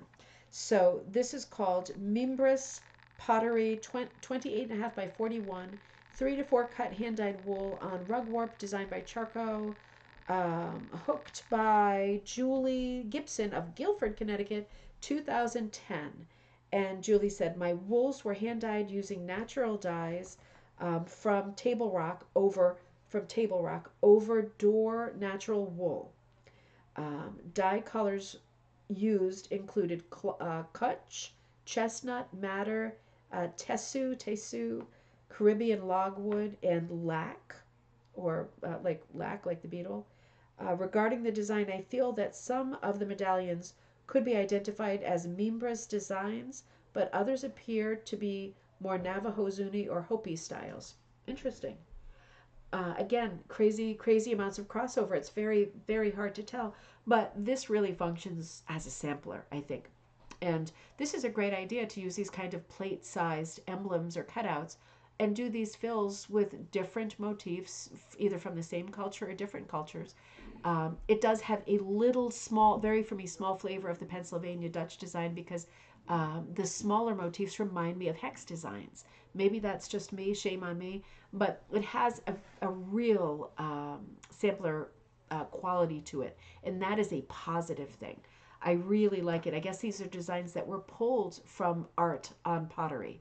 And in this day and age, it'd be very easy to pull up examples of pottery and look at the motifs that are on them, sketch them out, and there you go. You've got some beautiful working sketches for some beautiful rug hooking designs. We flip through a few more pages and we come to the next. It's a lot of pages I'm skipping here. Central and South American art. Dying goals, right, Judy? Another excellent palette. So we are looking at molas here. And yeah, so she's probably got a lot. I'm sure she has a lot on the idea of the mola. So she's talking about the Central and South American cultures at this point. She's talking about the, Inca, Maya, Aztec cultures. And she's giving a lot of historical context, which when I say a lot, this is what I mean, right? It's not like bewildering and exhausting. It's like I said earlier, enough to make you feel like you're getting it. You're getting a hold of it. And you understand what you're looking at all the more because of the context and the background material she's giving you, the great historical edge she's giving you with her text. So we are looking at examples of molas here. Certainly, many rug hooking companies have done molas. I've done molas too. Jane McGowan Flynn. Oh, wait a minute. The one we're looking at here is Holy Mola, 37 by 28.5, 3 to 8 cut wool on linen, designed and hooked by Beth McDermott of Marlborough, Vermont. Beth designed the border and hooked the mirror images of the mola based on one she had purchased. And you do see these molas a lot. These are reverse cut work, right? So hold on one second while I finish this. Mirror imaging is a way of symbolizing balance and duality. Interesting. Important concepts in Central and South American art. So a mola, if you haven't seen one in person, and I bet that you have, is a textile, right? And it's fabric, but there are different colors of fabric underneath the top one, which has been cut. So it is the opposite of, for example, an applique quilt where you have a backing fabric and then you're applying more things to the top of it. It's the opposite.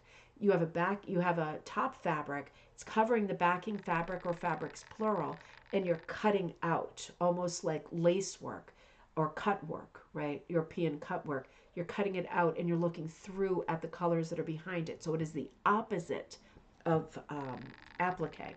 So a lot of beautiful designs, and they will be they are often symmetrical, but sometimes you see ones with human characters, people in them, and those are interesting because they're often doing some. This is the one that I had out a couple of years ago for Halloween. I had to do shameless plug. This is the Meow Mola. So this is a ribbon candy hooking pattern, and a lot of people finished this.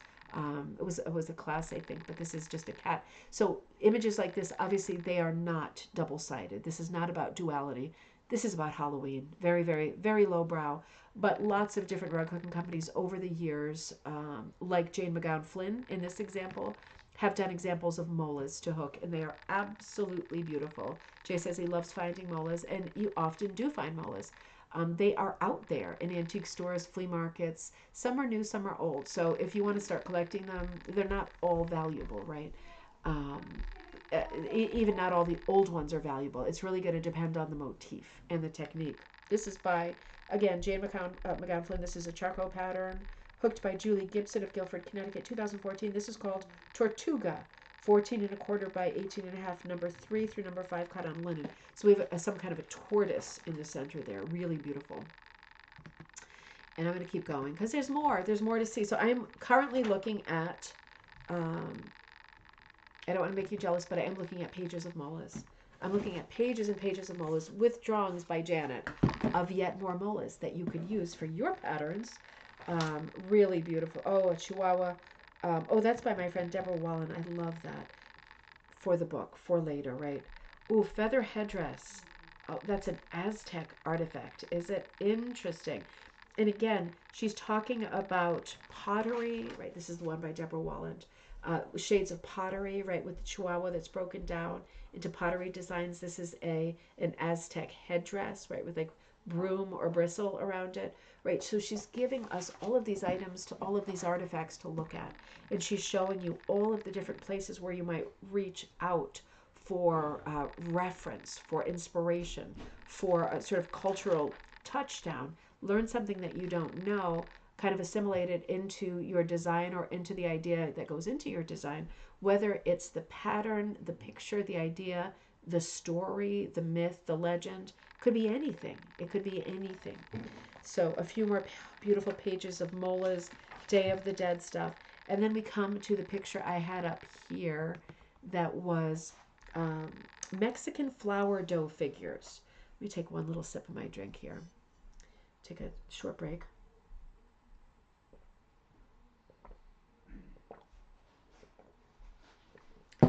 Oh yeah, Mexican flour dough figures. You know, I've seen these little guys not very often, but I didn't realize they were dough. Of course they're dough. What am I thinking about? Of course they're dough. They're painted. They're absolutely beautiful. But another kind of inspiration thing, isn't it? We're talking about Aztec culture, Mexican culture in under this heading, right?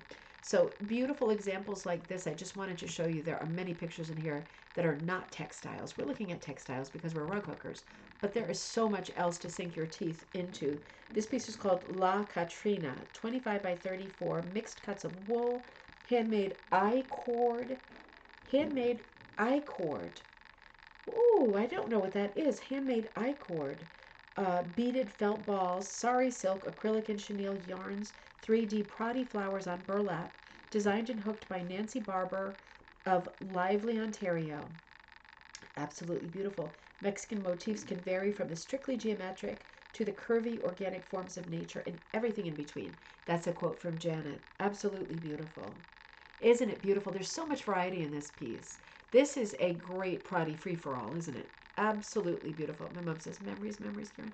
Lots of arrowheads in the Rhode Island area, King Philip and the Wampanoags. Yeah, I know. Those are good. Those are good memories. There was a lot of that history there. And we lived right off Wampanoag Trail where we lived. We have, we lived with so many Native, I was going to say Indian again. We lived with so many Native American words and names, but when you're growing up or you're from there, you don't realize that half the words that come out of your mouth are actually Native American words, and you're so used to saying them that you kind of cease to hear them. But when you see them spelled out, it's like, oh, that's definitely not an English word, is it?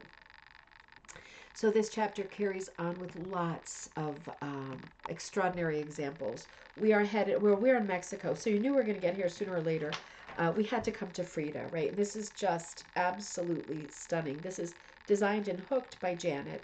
Frida on my mind, 18 by 28, hand cut, number 5 to number 7, hand dyed wool fabric, fleece, and yarn on linen. And you can see she's done some applique stuff as well, enhanced with stuffed applique of embroidered Mexican shirt and Prati blossoms. So beautiful.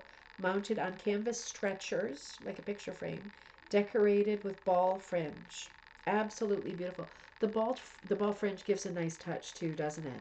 I love the symmetry of the birds, right? And because they are on her embroidered blouse, the birds must the little red birds at the bottom, they must be appliqued onto the blouse because they must be sewn on, unless they're there and she appliqued the blouse around them. That's also possible.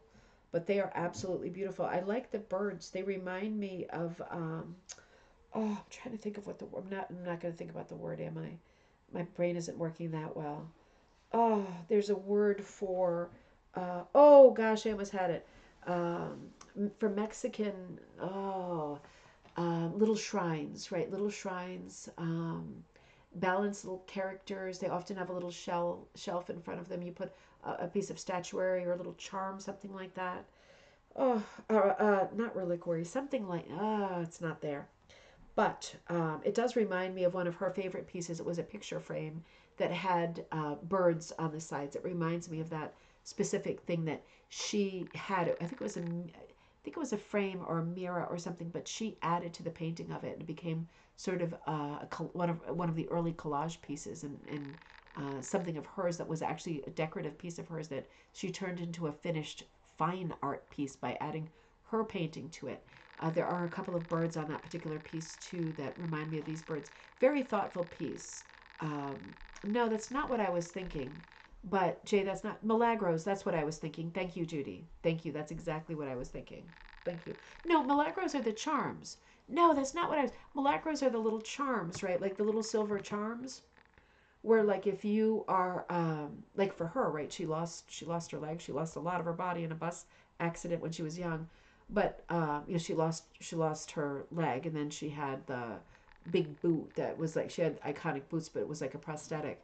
But yeah, no, the Milagros I think are the little silver charms. So like if you, for example, I don't mean to make light of it, but like lost your leg in a bus accident, and this is borrowed from European culture, you would get a charm of that body part to try to heal it, right? Obviously in the case of the leg, maybe it's a bad example, but they do exist, right? And I feel like she had one of the leg ones. But you would get charms for different parts of your body if you were sick in different places, right? To try to heal it. It's part, now it sounds very superstitious, but it was, people believed in this, and you could buy them at stores like apothecaries. And they weren't called Milagros in Europe, but I think they were in Mexico. I think Milagros are the little charms that you would use for good luck, for different aspects of your life. It's going to come to me. It's going to come to me. So beautiful piece, absolutely beautiful depiction of Frida. Really extraordinary piece. And let me keep zipping along. Another beautiful Frida here. This is Frida Kahlo pillow, 12 by 12, number 6 cut wool and found materials on linen, designed and hooked by Elizabeth Stoico of Stockton Springs, Maine, 2017. Another beautiful piece, very solemn, stoic look to Frida. And I love the Prati in this piece. It is really smart. As with Janet's piece, I think it's very, very smart. Few pieces that we've seen on recent slides use it. You see the Prati on the headpiece, right? Yeah, it is gorgeous, Mom. Very good use of Prati. This is exactly where I would expect to see Prati, where you're really trying to emphasize part of the composition. And it is really distinctive, these sort of headdresses that are made of flowers, artificial flowers. Really, really beautiful. There's a whole section on Frida that you will love. We move into a section of masks in art from Costa Rica, including obviously a lot of animals and creatures and frogs and those kinds of characters and critters. A little bit on Guatemala. It looked like Janet had gone to Guatemala to the rug project there, right? Where the ladies are working on hooking rugs, and it is a very big thing these days. Um, just the fact of them making the rugs and them now being available on that's multicolores. I think that's multicolores, multicolores, multicolores, and there are rugs on there for sale that they make, and I think we're seeing in some of this chapter pictures of that. The women from Multicolores, another free pattern of Janet's, and at the beginning I think we see a picture of Janet. I'm thinking that might be Guatemala. Looking, that might be part of the multicolores thing. I don't know. I didn't ask her because I didn't really open the book when I was with her at the stall. But she's showing us great examples of other kinds of embroidery, textile embroidery, right? And in Guatemala is really known for its textiles. Formerly like wovens and embroidered, embellished wovens, but more recently rug hooking. So that's extraordinary. The mission both in Guatemala and a mission is maybe the wrong word, concentration of rug hookers, right, who are currently selling rugs, contemporary rugs, to the U.S. market and other markets, both in Mexico City and Guatemala. So a great amount of information and visual examples here of textiles from that part of the world, Guatemala.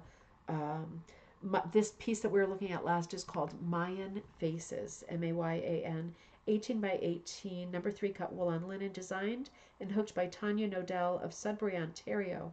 Tanya had obviously studied the Mayan paintings, which still exist in a few codexes, pre-Columbian books, and on the walls of tombs. The figurative pottery also includes such authentic detail. So more and remember, right, the art that we're talking about in this book is not art that was meant for the wall. It is not meant for prestige. It is not meant for admiring and showing off your wealth. Art that we're looking at from the cultures that are represented in this book is functional. It's all about functionality. It's all about use and being something that you can hold, carry, wear. It had to be for something. It can't be a waste of supplies and time for nothing, right? So this is taken from pottery, and it's another just absolutely beautiful, beautiful piece. Another interesting way of doing, kind of like a sampler, isn't it? Kind of like a sampler with the 4 multiples. It's a composition of multiples. Gosh, I wonder if we should finish this up because I have a few. I probably have. I think we should wait. I think we should stop. I have another maybe 15 slides. I was so careful to take so few out of this book with a million images on every page. I took so few images, and I thought, oh, I can do this in an hour, but I'm not going to rush it. I'm not going to rush it. I'm gonna hold on that because it's too good. And I've been flipping through to page 79, and I'll just remind you that there are 178. No, there's 180 pages in this book. So I'm not going to rush it. We will continue looking at this excellent book on Monday. It doesn't deserve to be rushed. That is for sure. It doesn't deserve to be rushed. So we will pause on that front, and let me touch base with you on a few other things. I put up a bunch of Janet, this, if you are watching this episode, or if you watch it because I know you were at the thing today, it's absolutely amazing, right? I cannot sing your praises loudly or well enough. It is an extraordinary book, and it has an important place on the bookshelf, an important place in history. And I'm so glad that you did this, right? We needed to see this. This is the stuff that we have not seen yet, that's been missing from all of our surveys and all of our magazines that we look at for rug hooking. Really extraordinary scholarship has gone into this book. It's an amazing, amazing work. Thanks, Mom. Yeah. Oh, always give us the thumbs up, the like, the subscribe, all that stuff. Let me get rid of this one. Hang on just a second. And Patreon members, I have another pattern coming for you, uh, upcoming this coming week. Patreon members, thank you so much for your support and help. Patreon members support Ribbon Candy Hooking, which is me, which is the brand, by pledging money every month, starting at like $5. And I want to say in exchange, but I really don't like the phrasing of it like that.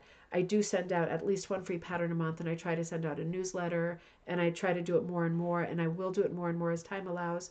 But Patreon members, I think, at heart, are supporting the brand, the 1,000 videos that are already free and up there that celebrate the craft, the history of free techniques, free classes, free content, not behind paywalls. That's what Patreon members are supporting, and I really appreciate that. A special thank you to all of my Patreon friends. And the link to that is also in the body of this video. I really appreciate your support. So, I want to remind you things that are out right now. The Advent calendars, I have X amount. When they're gone, they're gone. This is a very Jane Austen Christmas this year. There are 25 bags that are going to be filled with luxury fibers, mostly wool, silk, velvet, that kind of thing. Very high-end type fibers. And there will be some projects to do that can go along with them. But just great supplies to open. One bag a day for the month of December, 1 through 25. That product is at Ribbon Candy Hooking. I mentioned this earlier, Design Like Frost and Frost class. So this is designing like Edward Sands Frost, the person who created the first stencils for rug hooking commercial designs, and Robert Frost, the great poet laureate of Vermont. We will be talking about his poetry and illustrating it with a series of stencils, not necessarily these. I just had those handy. I put this out today. This is a rug hooking beginners class. I already had a sweater thing. This isn't the image that I want to use. Oh no, this is my newest one. I have a bunch of sweaters, 13 different designs that you can use in the center for the central motif, but you can read more about this on Ribbon Candy Hooking. This is a rug hooking. This won't work for punch. This is a rug hooking class for beginners or people who just want to work on a cute novelty project in December. Very small, sweet project that you could end up framing, cut it out, do several of them, make like a garland and laundry line in front of your fireplace, right along the a garland right along the chimney or something. You could do any number of things with a cute piece like this, but it's a funny holiday piece to celebrate the classic ugly sweater. And I guess that's it. Is that it? Can that be it? I thought I had more. I thought I had more stuff. Oh, this is the last stuff. Hold on one second. Well, yeah, I can show you this first. I put this up last night too. Sorry, this afternoon. This is the Magdalena Doodle Tote. So this is a tree that is based design-wise on the amazing early rug hooker, Magdalena Briner Eby of Perry County. This is like 1800s, right? Pennsylvania, and a tribute to her famous lollipop tree, which is upside down in this case to make an evergreen. So this is a tote that comes with this 8-inch, and 8-inch is the interior measurement, right? It will be more like 10 inches, the whole frame, but the interior measurement's 8 inches. It comes with this frame which fits inside the tote bag, so you can actually hook right onto the tote. And it comes with the 6 colors of green, 1, 2, 3, 4, 5, 6, yep. The brown for the stump, and 50 cards of wild kinds of novelty fibers, so you can fill in the ornaments however you want, and a Sharpie pen so that you can draw stars or hearts or the year or your initials or people or anything, planets, whatever you want, flowers, animals, anything you want in the background of the doodle tote. That's why it's called a doodle tote. But the image of the tree is already on the bag. This is an example of the fibers. There's 50 different fibers that are in the bag. And this is a close-up of me kind of fooling around with some of the different fibers, filling them in. And the bottom tier is going to be forest green. Oh, I'm sorry. This product is also out there now too. This was going to be the Magdalena hook along, but I decided it's going to take too long and I really want to hook something that I have a chance of hooking beginning to end. So this is available as a product online. This is Magdalena's Merry Christmas, or Magdalena's Christmas, with the 2 kind of reindeer and very Magdalena background with the iconic tree. This is a product that is now up at Ribbon Candy Hooking. Oops, spoiler alert. So those are up there. I have more coming, and I drew a much simpler design right before the show that it's going to look more like this. So I need to refine it, but it's going to be very, very simple, much smaller Magdalena tree for the hook along. So that's coming up too, the hook along. Yeah, this is something that you'll see coming up soon.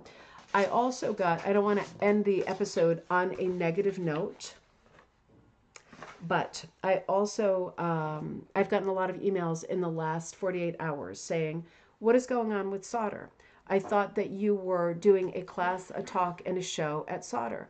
Well, I did too because I was invited to solder, but indeed I am not on the lineup and I haven't heard anything about it. So I did send in a note and I got a reply to have a phone conversation. I don't know that I will. Because we've already had this conversation, and to be honest, I don't have any data or information to tell you why I was asked to be there for those 3 reasons and why I am not on the lineup. I can just say that it is a wild world when I find out that I am not on the lineup for an event that I've been invited to by people who are customers and viewers, the first people to alert me that I am indeed not on the lineup.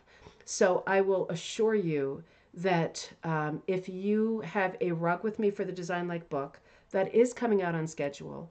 Rug Hooking Magazine is currently editing that book, and it should be out in probably January on schedule.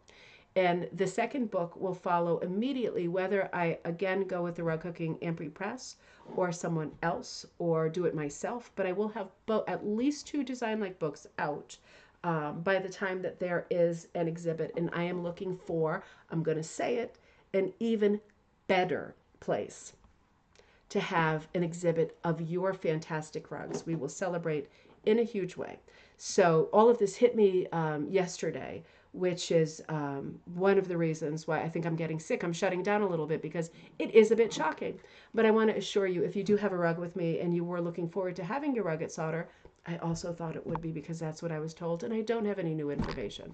But I think that that is the case because, to be perfectly blunt, and I don't normally go on benders on the show, as you know, even if I were asked because of some terrible mistake to do the show regardless this year, seeing how the chips have fallen and how nobody has communicated with me, and I've been obviously cut out of it, I would say that even if, going back to our early Alfred Hitchcock reference, even if, for example, my great love, John Forsythe, came back from the dead, was waiting for me at solder in 2024, and sent me a personally engraved invitation to ask me to come and be there, I still wouldn't be there.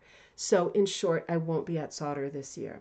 But I will find an incredibly appropriate, exciting, and large-scale, perfect place to celebrate our collection of rugs for the Design Like book. And they will be up this year with 2 volumes of the book. The book is on schedule. So that is all I know.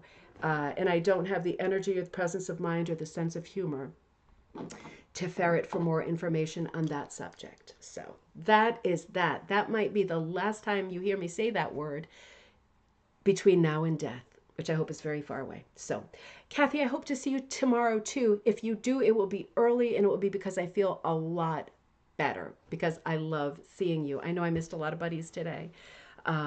So I will regardless see everybody on Monday, where we will conclude looking at Masterpiece Hooked Rugs by Janet Connor. We will conclude the episode on Monday at noon Eastern Standard Time. And I think we have a regular course of shows this coming week. I think we're talking about Monday, Wednesday, and Friday night.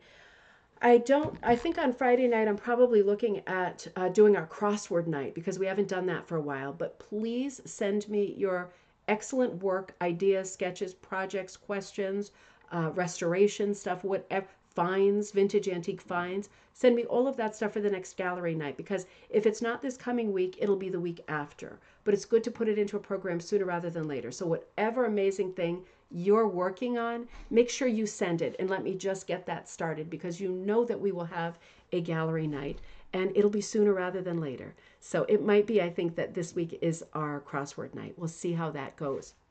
happy weekend, everybody. I can't believe it's Friday. Happy Veterans Day to those of you who are here in the U.S.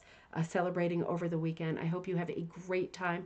I will try to rally my strength and my sanity after that great setback, and try to get to the fair tomorrow. So I hope that I will see you soon. Oh, Kim, good to see you.